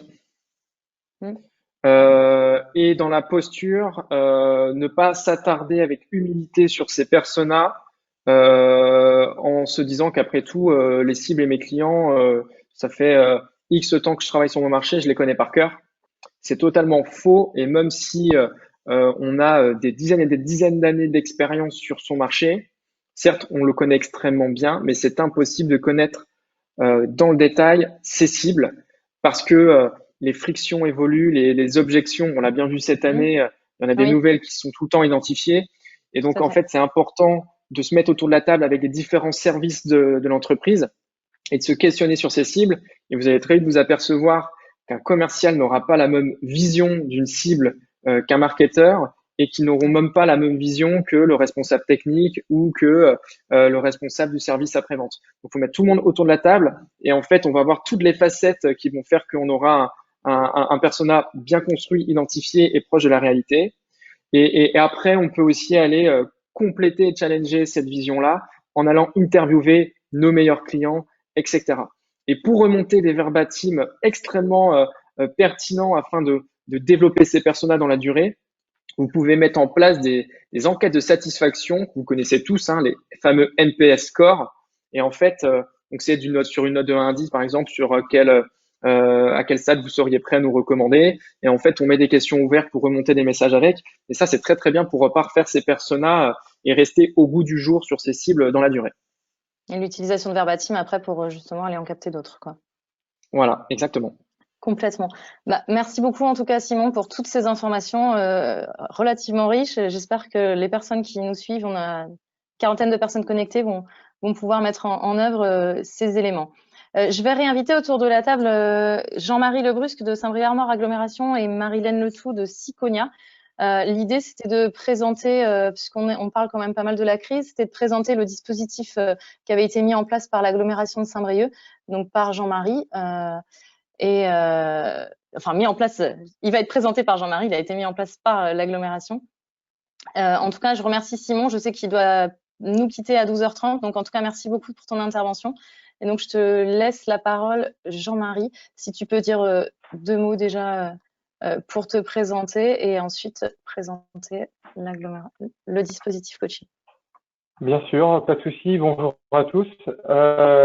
Donc effectivement, je suis Jean-Marie Lebrusque, donc j'ai 31 ans. Je suis chargé de mission d'accompagnement d'entreprise à l'agglomération de Saint-Brieuc depuis le 16 mars dernier. Donc c'est-à-dire vraiment la veille du confinement. Donc autant vous dire que c'était un début à l'agglomération qui était un peu sportif. Donc je suis arrivé à l'agglomération directement en fait en télétravail avec un contexte complètement chamboulé sur l'accompagnement des entreprises comme vous pouvez l'imaginer. Et donc justement en fait en partant de ce contexte-là qui était le premier confinement, donc la question qui s'était posée à ce moment-là, c'était, il y a eu l'agglomération recevait des sollicitations d'entreprises, de pas mal d'entreprises même, des entreprises qui avaient l'habitude d'être en contact avec l'agglomération, qui étaient dans le flou total. D'un autre côté, donc on avait une attente des élus qui était de savoir qu'est-ce que peut faire l'agglomération pour soutenir les entreprises du territoire, et des services qui étaient dans l'attente en fait de l'application suite aux annonces du gouvernement. Parce que effectivement, en termes de répartition des tâches, une agglomération ne peut pas tout faire pour soutenir les entreprises. Il y a des réglementations assez précises et notamment c'est l'État qui reste le chef de file et ensuite la région. Donc on est vraiment en bout de fil. Donc voilà, c'était un peu la difficulté qu'avait l'agglomération à ce moment-là. C'était en plein confinement, comment anticiper les difficultés des entreprises en tenant compte qu'on n'avait pas encore la date du déconfinement. Et donc, on avait du mal à se projeter, comme les entreprises elles-mêmes, sur comment ça serait le monde d'après. On était aussi en attente des mesures de l'État et donc de la région qui en découlaient. Et de quelle autorisation on aurait eu à agir pour pouvoir soutenir les entreprises de l'agglomération. Donc ça, c'était un petit peu le contexte. Alors en attendant, on n'est pas resté à rien faire. Hein. Il y a eu une sollicitation du réseau d'accompagnement des entreprises qui a été faite avec nos partenaires, les consulaires, Zopol Développement, Initiative Armor, BGE, Initiative. Enfin, j'en ai énuméré quelques-uns. Il y avait également l'ordre des experts comptables qui avait été mobilisé. Avec l'objectif, c'est d'avoir en fait un retour terrain par des techniciens, de savoir quelles étaient déjà les entreprises qui passaient au travers des dispositifs de l'État et de la région et quelle était la cible, on va dire, pertinente pour l'agglomération pour intervenir. Et globalement, il y a 2 problématiques qui sont apparues. C'est une problématique qui était liée en fait aux besoins de trésorerie qui serait liée en fait à des charges qu'il fallait assumer et une perte de chiffre d'affaires, et donc des dispositifs qui ont été créés, donc 2 dispositifs pour des TPE. Et l'autre aspect qui était pas forcément plus simple, c'était comment répondre en fait à l'isolement et à l'anxiété que peuvent avoir des dirigeants, notamment des TPE, qui sont souvent qui ne sont pas seuls, sont sur une petite équipe, n'ont pas forcément le réseau que peuvent avoir en fait des grosses entreprises ou des PME assez structurées.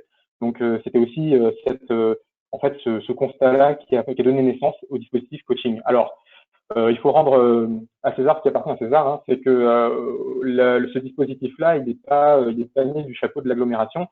Il y a une proposition qui a été faite par un collectif de coachs et d'experts en accompagnement d'entreprises privées qui était donc Armor Conseil, qui justement qui a proposé un accompagnement et une prestation en fait pour pouvoir être proactif dans cette période un peu de doute pour pas mal d'entreprises. Et c'est cette proposition qui a été au bout d'un moment réétudiée, retravaillée et mis en place au moment du déconfinement en retravaillant avec notamment avec les partenaires consulaires de la CCI et de la Chambre des métiers. Et donc les questions en fait sur lesquelles les angles d'attaque, sur quoi on était parti, c'était effectivement des retours d'entreprises qui étaient paniquées par la situation. Ils disaient je ne sais pas par quoi commencer, je perds tous mes clients, je sais pas s'ils vont avoir encore les moyens en fait de faire appel à moi. C'est compliqué également avec mes salariés, donc pas mal de sujets qui n'étaient pas liés directement avec la trésorerie, mais qui couvraient différentes on va dire, dimensions, que ce soit des ressources humaines, du management, de la positionnement commercial, également des questions de communication et de marketing, donc qui est extrêmement lié avec le sujet d'aujourd'hui. Et donc, en fait, la crise, à ce moment-là, a été très clairement un révélateur de fragilité de certaines entreprises qui étaient antérieures à la crise. Donc, la crise n'a été qu'un révélateur. Ça n'a pas été forcément effectivement, ça a apporté des complications, mais en gros, les difficultés étaient bien souvent, en fait, antérieures. Donc, à partir de là, a été créée une cellule de crise. Alors, je m'excuse pour le schéma qui n'est pas forcément très beau, mais qui est un peu pour expliquer comment ça fonctionnait. En gros, nous avions un groupe, on va dire, là j'ai résumé, mais il y en avait beaucoup plus, un groupe de prescripteurs, donc Chambre des métiers, Zoopol, FCCI, l'agglomération, mais il y avait aussi les mairies, hein, les maires qui étaient très proches aussi des commerçants, je pense. Et également Initiative Armor avec voilà toutes les structures d'accompagnement d'entreprise qui en fait avaient des contacts d'entreprise qui exprimaient une difficulté, un mal-être, etc. Donc ces prescripteurs, une partie de ces prescripteurs-là faisaient partie de cette cellule coaching qui était composée donc de la Chambre des métiers, de la CCI, du Zoopol, de l'agglomération et puis également des coachs d'Armor Conseil où étaient soumis justement les problématiques de certaines entreprises. Et sur la vie globale de cette cellule, il était proposé un diagnostic à 360 à ces entreprises-là sous la forme de 2 rendez-vous qui permettait de détecter derrière en fait le mal-être que pouvait déclarer le dirigeant, savoir quelles étaient en fait les problématiques qui se cachaient derrière. Une fois que ces 2 rendez-vous avaient eu lieu, retour en fait au niveau de la cellule, avec présentation par la structure qui avait accompagné l'entreprise sur ce 360 et pour expliquer un peu les difficultés. Et de là, en fait, pouvait être déclenché sous la forme de 3 rendez-vous, des actions thématiques très précises, que ça pouvait être sur le marketing, sur la prospection commerciale, également sur les questions RH, tout ce qu'on a pu évoquer précédemment. Et à la fin, un bilan pour effectivement savoir quel était le ressenti du dirigeant et qu'est-ce qu'il en retirait. Donc c'était un projet, donc une cellule de crise qui a été financée à 100% par l'agglomération, avec un budget qui était très limité parce qu'on était sur 40 000 €, ce qui fait qu'on n'a pas pu aller au-delà de 27 entreprises, en gros 27 entreprises accompagnées, tout simplement parce que on était contraint par un seuil qui est un seuil des marchés publics. L'idée c'était d'aller vite et de pas faire passer par un appel d'offres, donc on était contraint par cette limite-là. Donc, je tiens à préciser que ce dispositif-là a eu une validation effectivement par la région Bretagne, puisqu'il s'agit d'une aide directe à l'entreprise. Et donc, on a justement à cette question en fait de dispositif expérimental. Hein, c'était donc, comme je disais, une aide directe à l'entreprise. Donc, c'est extrêmement encadré, on ne peut pas faire n'importe quoi, mais qui a été permis par justement un cadre réglementaire qui a été assoupli, notamment grâce à une convention qui a été faite avec la région Bretagne qui nous a autorisé à agir. Et également, une opportunité qui était très importante, c'est la proposition d'un collectif de coachs locaux qui justement avait proposé les premières bases de ce dispositif-là. Et c'est donc un dispositif, comme je le disais, qui était forcément à courte durée et donc à portée limitée parce qu'il y avait la contrainte des marchés publics. Voilà. Et puis également, ce qui était important de voir aussi, ce qui qui fait sa partie expérimentale, c'est que ça a mobilisé beaucoup en fait les services de l'agglomération. Je pense notamment aux services financiers qui ont dû ajouter à pas mal de on va dire de versements de subventions d'urgence pour les trésoreries, rajouter également un fonctionnement qui était pour eux assez lourd. Donc vraiment, c'était quelque chose qui était pas anodin dans son fonctionnement, mais qui a eu des résultats qu'on a jugés comme hyper positifs, notamment pour ce qui est du fonctionnement en interne des structures d'accompagnement d'entreprise, puisque nous, ça nous a permis de nous rapprocher assez fortement des différents acteurs qui font partie de cet écosystème-là d'accompagnement des entreprises au quotidien, et donc d'une mobilisation d'un vrai service public de l'accompagnement de ces entreprises, avec des échanges d'informations et donc un apport d'informations aux entreprises bénéficiaires. Également, ce qui a été bénéfique, c'était effectivement la reconnaissance des dirigeants et puis la valorisation aussi de professionnels du territoire, à travers notamment les coachs qui ont fait un excellent travail. Et enfin, ce qui montre que le résultat a été positif, c'est qu'il y a eu un souhait des élus de pérenniser l'expérience. Pour l'instant, on n'a pas encore la forme de cette pérennisation de l'expérience, mais en tout cas, il y a un souhait des élus et puis qui souhaitent mettre un budget dessus. Voilà, donc tout ça, moi je crois le lien qui est important là-dessus, c'est qu'à la fois pour l'agglomération et que pour les entreprises, en fait, la crise a été quand même un formidable laboratoire pour effectivement trouver de l'innovation, que ce soit dans l'accompagnement des entreprises, mais également pour les entreprises elles-mêmes, pour pouvoir sortir un peu la tête de l'eau. Voilà, je crois que je suis arrivé au bout de ma présentation. J'espère que j'ai été assez clair et pas trop long. Non, c'est très bien, merci Jean-Marie. Justement, par rapport à l'évolution de ce dispositif, donc aujourd'hui, on n'a pas encore les contours, mais on sait qu'il va évoluer. On sait que d'autres personnes vont pouvoir bénéficier d'un accompagnement. Alors, ouais, c'est ça. On peut pas, à l'heure actuelle, on n'a pas en gros la forme que ça pourrait prendre. Tout simplement parce que, comme je vous disais, si on passe il y a une volonté, en tout cas, d'élargir par la part des élus. Maintenant, pour élargir, il faudrait augmenter le plafond de dépenses, en fait, de l'intervention de l'agglomération. Et là, ça veut dire quoi? Ça veut dire effectivement, d'aller sur des appels d'offres, etc. Et donc, d'autres logiques. Et aussi, on est sur une activité sur une aide à l'entreprise qui a été permise dans un contexte, autorisé par la région. Maintenant, pour pouvoir pérenniser cette action-là au quotidien, même après la crise, c'est un autre sujet. Donc, réglementairement, c'est un autre sujet.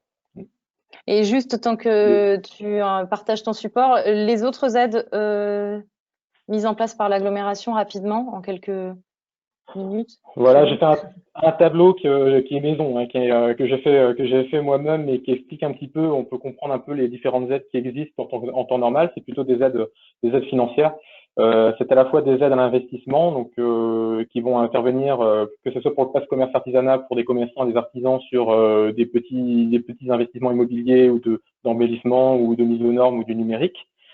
Également, en termes d'immobilier, quand on a des projets plus importants, sur des montants aussi plus importants, l'agglomération à 100% vient intervenir finance à 100% des subventions à hauteur de 10-20% en fait sur des projets d'investissement d'entreprise. Et également après d'autres sujets sur des projets donc de reprise d'entreprise avec beaucoup la question de l'emploi est importante, ou de reprise ou de création d'emplois.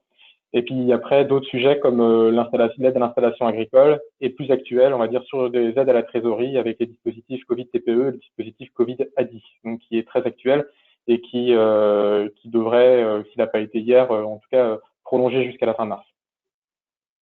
D'accord. Merci beaucoup Jean-Marie. Marilène, est-ce que je peux te laisser la parole maintenant justement pour que tu te présentes? Je vais me présenter rapidement. Moi, j'ai 45 ans, Marilène Letou. Je suis consultante indépendante. J'accompagne les entrepreneurs bretons dans leur développement commercial, qu'il soit local ou international. J'ai une expérience internationale. Pendant 22 ans, j'ai travaillé dans l'import-export agroalimentaire, au départ de la Bretagne. Et mes nombreux voyages m'ont permis de me rendre compte et de confirmer l'attractivité et la reconnaissance et la renommée des produits bretons partout dans le monde. J'ai appris à m'adapter à la différence de culture, à la différence de mentalité, de mode de fonctionnement et surtout de mode de consommation. Ce qui m'a permis de développer une adaptabilité qui est aujourd'hui nécessaire dans ces temps de crise. Temps de crise, puisque moi aussi, comme Jean-Marie, j'ai démarré en mars 2020, donc pas facile pour démarrer. Du coup, j'ai eu la chance de pouvoir me fédérer, de réseauter et de rencontrer des gens formidables qui sont aussi des consultants indépendants. Et on a pu s'organiser en ce collectif Armor Conseil. Et c'est au titre de ce collectif que j'ai pu intégrer le dispositif coaching que vient de nous expliquer Jean-Marie. Le principe était donc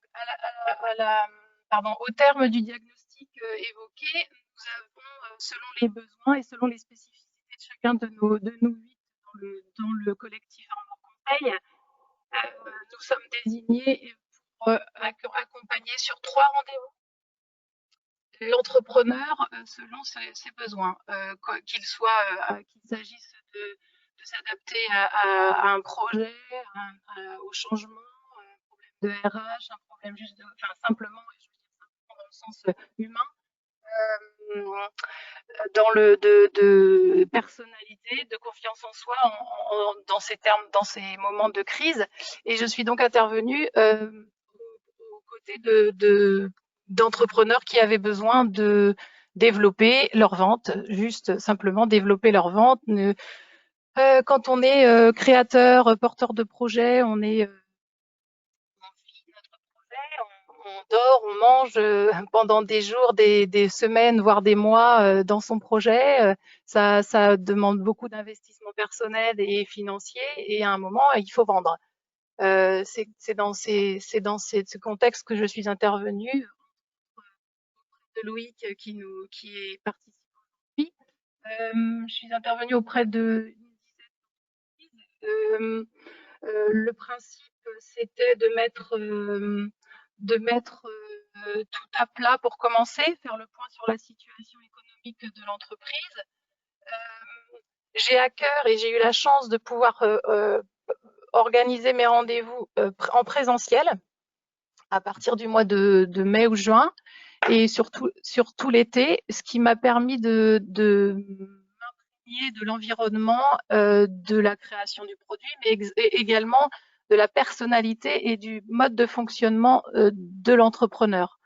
J'ai à cœur de répondre aux valeurs que porte le créateur dans son produit. On parle de crise en mandarin.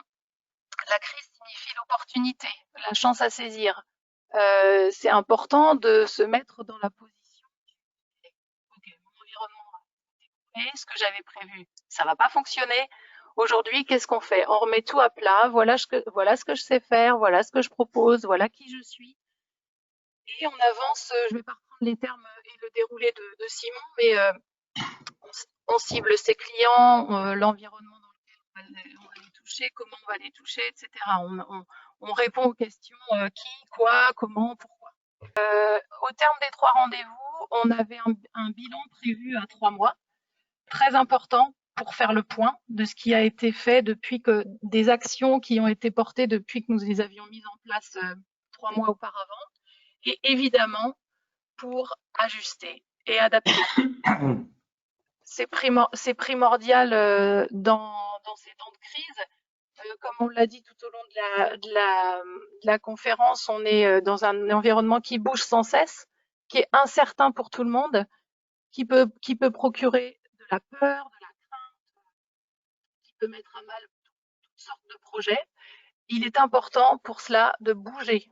Autant que on peut pas bouger autant que le monde bouge et que notre environnement bouge aujourd'hui, mais bouger, c'est déjà être acteur du changement, du bouleversement, de la modification de notre environnement. Si on reste immobile, on le subit. Si on bouge, ne serait-ce que en se mettant un objectif en place, il n'y a pas besoin d'en mettre des dizaines et des centaines, en se mettant un objectif et en mettant en place un plan d'action, on est déjà acteur de ce changement et on en ressort évidemment avec beaucoup plus de positif. C'est gentil, Marilène, merci. Justement, parce que vous êtes là tous les deux, la question qu'on peut se poser, c'est est-ce que vous avez en tête des exemples d'accompagnement qui ont montré des réussites grâce au dispositif? Jean-Marie, si tu as en tête. Oui, alors je suis un peu mal à l'aise pour répondre à cette question-là parce qu'effectivement, souvent, ce sont plutôt les consultants les coachs qui y sont allés. Après, j'ai en tête un sujet qui était intéressant. Je pensais notamment à une activité de garde d'enfants à domicile où en fait la dirigeante avait fait. C'était un sujet important parce qu'en fait au départ, les membres du comité disaient bah c'est pas forcément une activité qui va être touchée par la crise parce que ça va repartir, etc., etc. Et au final, en fait, ce travail-là avait permis en fait à remettre la dirigeante avait beaucoup d'angoisse, avait justement l'impression d'être lâchée par une partie de son équipe. Et en fait, le travail qui a pu être fait par une des coachs du collectif, donc Anna Deguer, c'était de pouvoir remettre en fait la dirigeante comme rôle de manageuse et puis de redonner, de valoriser son équipe et finalement de reprendre confiance en fait là-dessus par rapport. Donc voilà, la crise a été un peu un révélateur en fait de ce difficulté qu'il y avait en fait dans ce management-là. Et au final, ça a permis en tout cas à reprendre confiance et à reprendre aussi un lien fort avec son équipe après le confinement, quoi. Ok. Et de ton côté, Marilène, qu'est-ce que tu as pu donner comme conseil à tes clients qui ont pas pu rencontrer, enfin tes clients, aux personnes accompagnées qui n'ont pas pu rencontrer leurs clients justement pendant la crise, puisque surtout pendant le premier confinement, tout était fermé, les entreprises fonctionnaient ralenties. Quels ont été les conseils que tu as pu prodiguer à ces personnes-là? Alors moi, j'ai rencontré des gens passionnés et passionnants, comme je leur dis toujours. Ils sont porteurs de leur projet, ils le vivent, ils le ressentent. C'était d'autant plus frustrant qu'ils ne pouvaient pas avancer justement et finaliser leur projet ou bien commencer à vendre parce que, comme je vous disais, quand on travaille sur un projet pendant des mois, des semaines, des années, à un moment, il faut vendre, il faut concrétiser. On a beaucoup travaillé sur l'organisation, en fait, la priorisation des actions à mener, en fait, au niveau commercial. Des actions qui étaient forcément différentes de celles qu'ils avaient probablement prévues avant notre intervention et avant cette crise. Du coup, comme je le disais tout à l'heure à propos de Loïc, concernant la priorité, c'était de se montrer, de se faire voir, parce que ce qui se voit se vend, évidemment. J'ai rencontré des gens, comme je vous disais, passionnés et passionnants, donc de toute façon, motivés par leur projet, il fallait avancer. Ils étaient perturbés, affaiblis, psychologiquement touchés, certainement. Mais mon boulot était de leur apporter du positif, justement, pour leur apporter de l'énergie, en fait. Et ça a plutôt bien fonctionné. D'accord. Et justement, il y a eu une question tout à l'heure dans le chat qui parlait d'agents commerciaux. J'avais envie de te poser la question aussi de savoir que quand tu parles de porteur de projet, on dit que souvent c'est le premier commercial, c'est le porteur de projet. Mais après, comment on fait pour justement mettre en place constituer le début d'une force commerciale? Est-ce qu'on est soi-même commercial au départ? On fait appel à des commerciaux qu'on internalise? Est-ce qu'on fait appel à des agents commerciaux? Et qu'est-ce qui pourrait être utile pour les entrepreneurs? Alors le créateur, le porteur de projet, il est par définition celui qui a défini le sens du produit, le sens de l'offre. Il en est imprégné à 2000%. Mais est-ce que c'est vraiment lui qui peut le mieux en parler pour le vendre? Pas sûr. C'est la question qu'on se pose. On sait faire pour moi, un créateur, il a du génie parce qu'il a eu une idée à un moment, une idée innovante, une idée originale, une idée qu'il a réussi à concrétiser jusqu'à ce qu'on voit ici, les porteurs de projets. Est-ce que ce génie est forcément alloué de la fibre commerciale? Pas forcément. C'est pour ça qu'on travaille, enfin, lors de mes interventions, on travaille beaucoup sur la sensibilité de la personnalité de l'entrepreneur.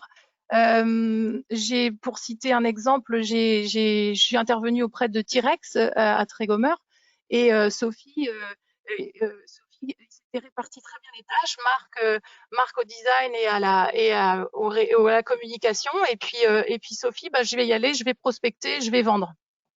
Sophie, ça a été chronophage, ça a été énergivore. Je l'ai retrouvée, on avait pourtant essayé, elle était motivée, elle voulait un argumentaire de vente, elle voulait des moyens de prospection, on a travaillé sur tout ça. Et je l'ai retrouvée épuisée.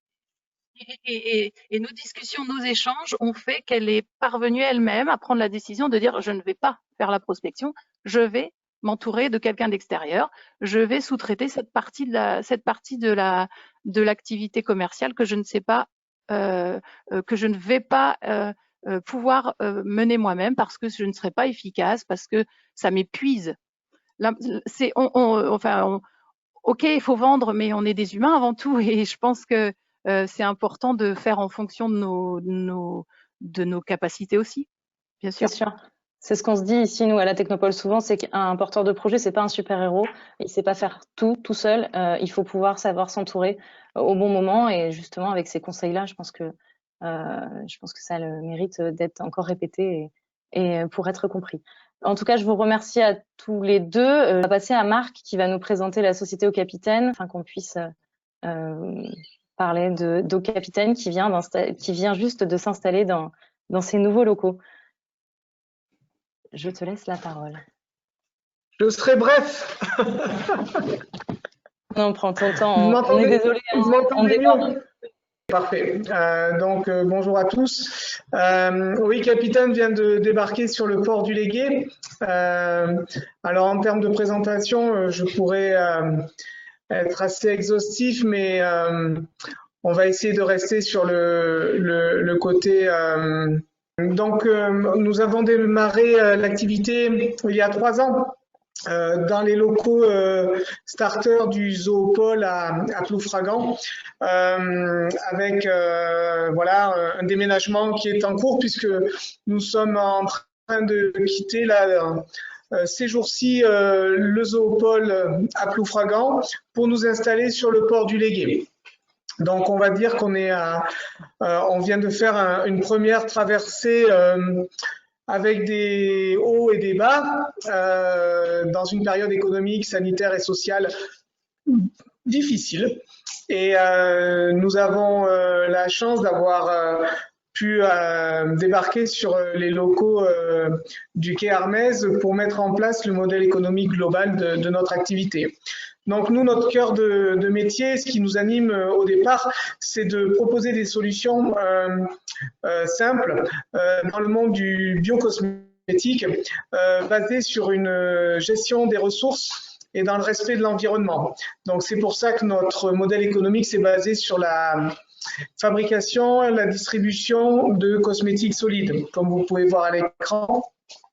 Donc nos spécialités sont la fabrication au départ de savons qui ont la particularité d'être des savons à froid, c'est-à-dire qu'ils ne sont pas énergivores dans leur conception et qu'ils sont fabriqués intégralement à Saint-Brieuc, c'est-à-dire que l'on part de la matière végétale et l'on fait toute la réaction chimique sans aucun produit de conservation ou de neutralisation pour arriver à la création d'un savon naturel à l'ancienne. Donc finalement, on ne fait que reproduire le geste des anciens dans un monde de haute technologie. Mais aujourd'hui, on a dû développer très vite notre marque pour se repositionner. Le premier modèle économique envisagé était le modèle de la distribution auprès d'une clientèle touristique bord de mer en Bretagne. C'était un petit peu le premier objectif B2B. Et puis très vite, il a fallu faire monter de nouvelles voiles, changer de cap pour trouver le positionnement de notre marché. Et celui-ci s'est assez vite imposé. On a été appelé, puis on a analysé les choses et on s'est repositionné très vite sur le modèle des magasins bio spécialisés, des magasins vrac, des épiceries zéro déchet et le monde de la pharmacie. Donc très vite, nos produits ont été identifiés comme répondant à ces valeurs et à ces critères. Et donc, pour monter en compétences, on a fait, dès la 2e année, tout le parcours au niveau de la démarche EcoCert, qui est un organisme de certification, comme quoi le produit, le process et la mise en œuvre de notre fabrication correspond bien aux critères de l'agrégation, de l'argument biologique. C'est tout un domaine à part entière. Donc, pour arriver à faire tout ce processus, on a dû commencer par étoffer notre équipe. On a démarré à 2, nous sommes aujourd'hui 6. Et donc, nous avons une partie de l'équipage qui est en production, fabrication, une partie de l'équipage qui est sur la partie réglementaire, autorisation de mise sur le marché, par rapport au fait que tout ce que l'on fabrique est sous cautionnement et sous contrôle de l'Agence nationale de la sécurité du médicament. Donc, on est dans un monde très normé. Et donc, ça implique, pour pouvoir se développer correctement et avoir des bases solides, d'être avec un équipage compétent. Et pour rejoindre le thème de la discussion du jour, nous avons restructuré notre équipe commerciale de communication, de stratégie, de digital, puisqu'on est en distribution multicanal. Et nous avons embauché en août et puis dernièrement, depuis 10 jours, une personne qui s'occupe de tout ce qui est création graphique, communication produit. Et depuis 2 semaines maintenant, Laura, qui a rejoint l'équipage et qui s'occupe de la partie stratégie, digitalisation et marketing digital. Donc voilà, on peut dire qu'on est armé pour attaquer des nouveaux marchés, puisque notre distribution est multicanal, comme je disais. Une partie B2B, qui est notre cœur historique, c'est-à-dire qu'on distribue à ce jour dans 200 points de vente dans l'ouest de la France. On a une activité B2B en marque blanche qui représente 30% de notre activité. Donc, on fabrique pour autrui et on est de plus en plus sollicité par des très grands groupes, donc ce qui amène des questions de taille, de structure à venir. On a une activité anecdotique depuis le mois d'avril en vente digitale et la crise du Covid, comme le disait Monsieur Blum, toute l'énergie qui s'est mise autour de cette crise sanitaire a forcé les entreprises, a forcé les acteurs à se réinventer quand ils ont vu leur canaux de distribution établi se couper du jour au lendemain. Donc, nous, notre stratégie de réaction, de faire un aplat et de dire, OK, je ne peux pas avoir du canal trop dépendant. Donc, on a repositionné la stratégie digitale pour aller reconquérir nos clients et aller rechercher le marché au niveau national. Donc, tout ce qui a été présenté en amont de cette réunion a fait plus qu'écho dans notre tête, puisque c'est ce qu'on est en train de vivre au quotidien dans notre entreprise. Définition de qui on est, comment on va chercher les marchés, quels sont les outils que l'on met en place, quelle est la stratégie mailing. Voilà, bref, toutes les cartes sont rebattues. Au niveau de la présentation générale, je finirai par le lieu depuis lequel je vous parle, qui est le Légué, où on a pu s'installer depuis une semaine et où on va ouvrir notre showroom Concept Store, qui va nous permettre de recevoir et nos clients professionnels et des formations et le grand public pour présenter nos fabrications. Merci beaucoup, Marc, pour ce témoignage. Moi, j'ai quelques questions à te poser. C'était rapide, ouais, mais il y en aurait tellement à dire sur cette belle marque. Est-ce que je voulais te demander, en fait, comment est-ce que tu fais pour faire connaître ta marque auprès de tes clients, futurs clients prospects, que ce soit en B2B ou en B2C? Et quelle est la stratégie, du coup, d'Eau-Capitaine pour se faire connaître? Alors, stratégie multiple et difficile, parce que quand on a un budget de petite entreprise, on n'a pas des moyens de communication énormes. Donc, beaucoup de présence terrain, où j'ai fait beaucoup de prospection commerciale pour développer les points de vente. Une stratégie d'agents commerciaux pas évidente à mettre en place, mais qu'on est en train de structurer. Depuis l'arrivée de Laura et Maxime dans l'équipe, un repositionnement sur la stratégie de valorisation de la marque auprès des réseaux sociaux. Une refonte entière, globale et profonde de notre stratégie web, où on quitte le site vitrine pour aller définitivement vers le site marchand, pour conquérir des marges et des clients. Et voilà, et puis après, je dirais que notre meilleure carte de visite, celle que l'on souhaite promouvoir, c'est la qualité de nos produits, et c'est là-dessus qu'on base nos efforts, notre énergie et notre passion pour que nos produits deviennent une petite success story et qu'il y ait un réel engouement, ce qui est en train de se passer, et on essaie de conquérir toujours de nouveaux clients, et à chaque fois qu'on met un savon, chaque fois qu'on met un déo sur le marché, on y met la même attention parce que ce sont eux nos vrais représentants. Et vos pépites. Et juste une dernière petite question, comment est-ce que tu as traversé les 2 périodes de confinement du coup? À la nage. Avec un tuba. Avec un tuba, des palmes. Et la première période de confinement a été très dure économiquement, parce qu'on était en plein essor et en plein positionnement pour nos approvisionnements magasins avant la saison touristique et avant une reprise de sortie d'hiver. Donc on a été un peu fauché en plein vol dans notre développement économique. D'où le repositionnement et d'où le grand questionnement de la dépendance au circuit de distribution. Voilà. Donc, première période de confinement très difficile. Deuxième période de confinement formidable. Ouais. Et avec du monde en plus à bord. Voilà, on a réussi quand même à faire 3 embauches cette année en période de Covid pour une petite boîte. C'est super. Enfin, on est content de faire grandir l'équipage. Je vais poser une petite question à Marilène. Du coup, est-ce que tu aurais un regard à porter, un conseil à donner à Marc sur Au Capitaine?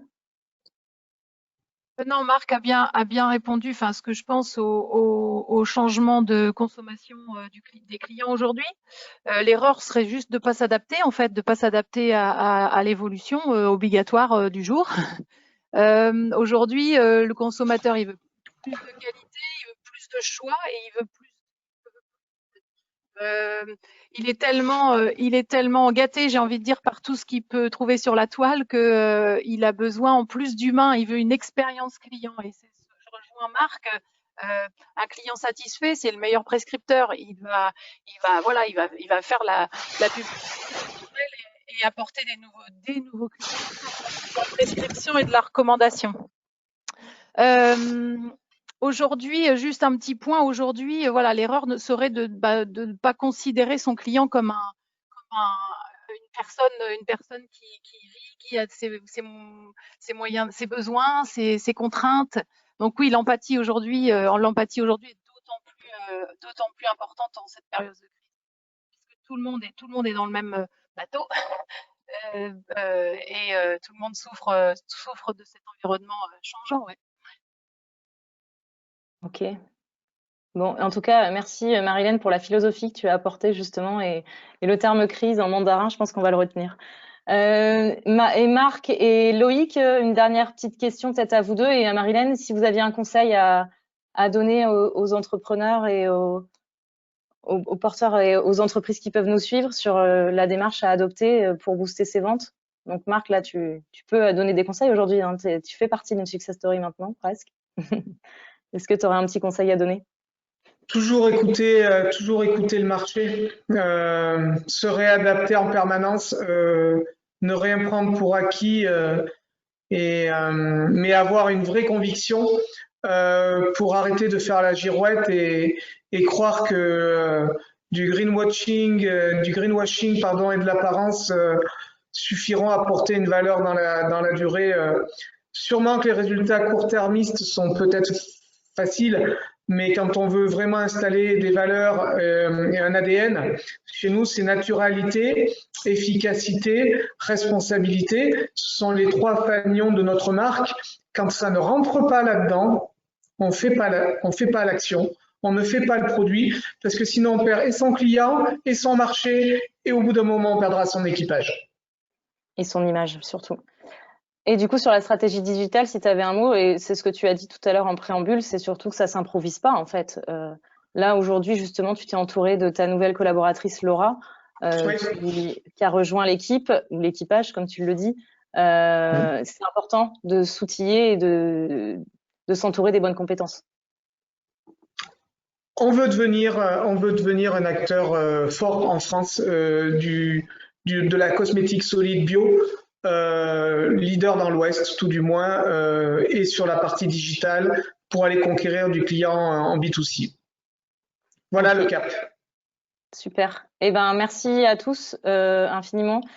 Pour conclure, donc le prochain événement à noter dans vos agendas, un événement plutôt orienté alimentaire. On aura une conférence et une table ronde en fin janvier, le jeudi 28 janvier, sur l'impact de la Covid sur les pratiques alimentaires. Donc, un événement qui sera orchestré par nous à la Technopole, avec le soutien de Saint-Brévert-Armoire Agglomération. Et donc, cet événement sera suivi d'une table ronde. Donc, il y a une conférence de Monsieur Berger du cabinet d'études territoire et alimentation qui s'appelle Terralim, qui est basé dans la région rennaise. Et du coup, on terminera par une table ronde d'entreprises qui ont mis en place des choses pendant la crise. Et donc l'idée de ça, c'est on organise aussi un programme d'accompagnement collectif à destination d'entreprises de la région sur les réseaux de distribution et comment aborder ces réseaux de distribution. Donc, c'est une conférence introductive à ce programme d'accompagnement collectif. Voilà pour ça. Il nous reste à vous souhaiter de très bonnes fêtes de fin d'année à tous. On vous remercie pour votre audience, pour nous avoir suivis sur ce webinaire, toute la Technopole se joint à moi pour vous souhaiter de très belles fêtes de fin d'année. On espère une année 2021 différente de 2020, avec beaucoup de projets, beaucoup d'ambition et beaucoup de bonnes choses pour tout le monde. En tout cas, merci à vous et n'hésitez pas à nous suivre sur nos réseaux, à nous suivre dans nos prochains événements. Et puis, on vous remercie infiniment et on vous dit à bientôt. Merci beaucoup à tous. Et merci encore aux différents intervenants qui se sont succédés ce matin. À très bientôt. Merci.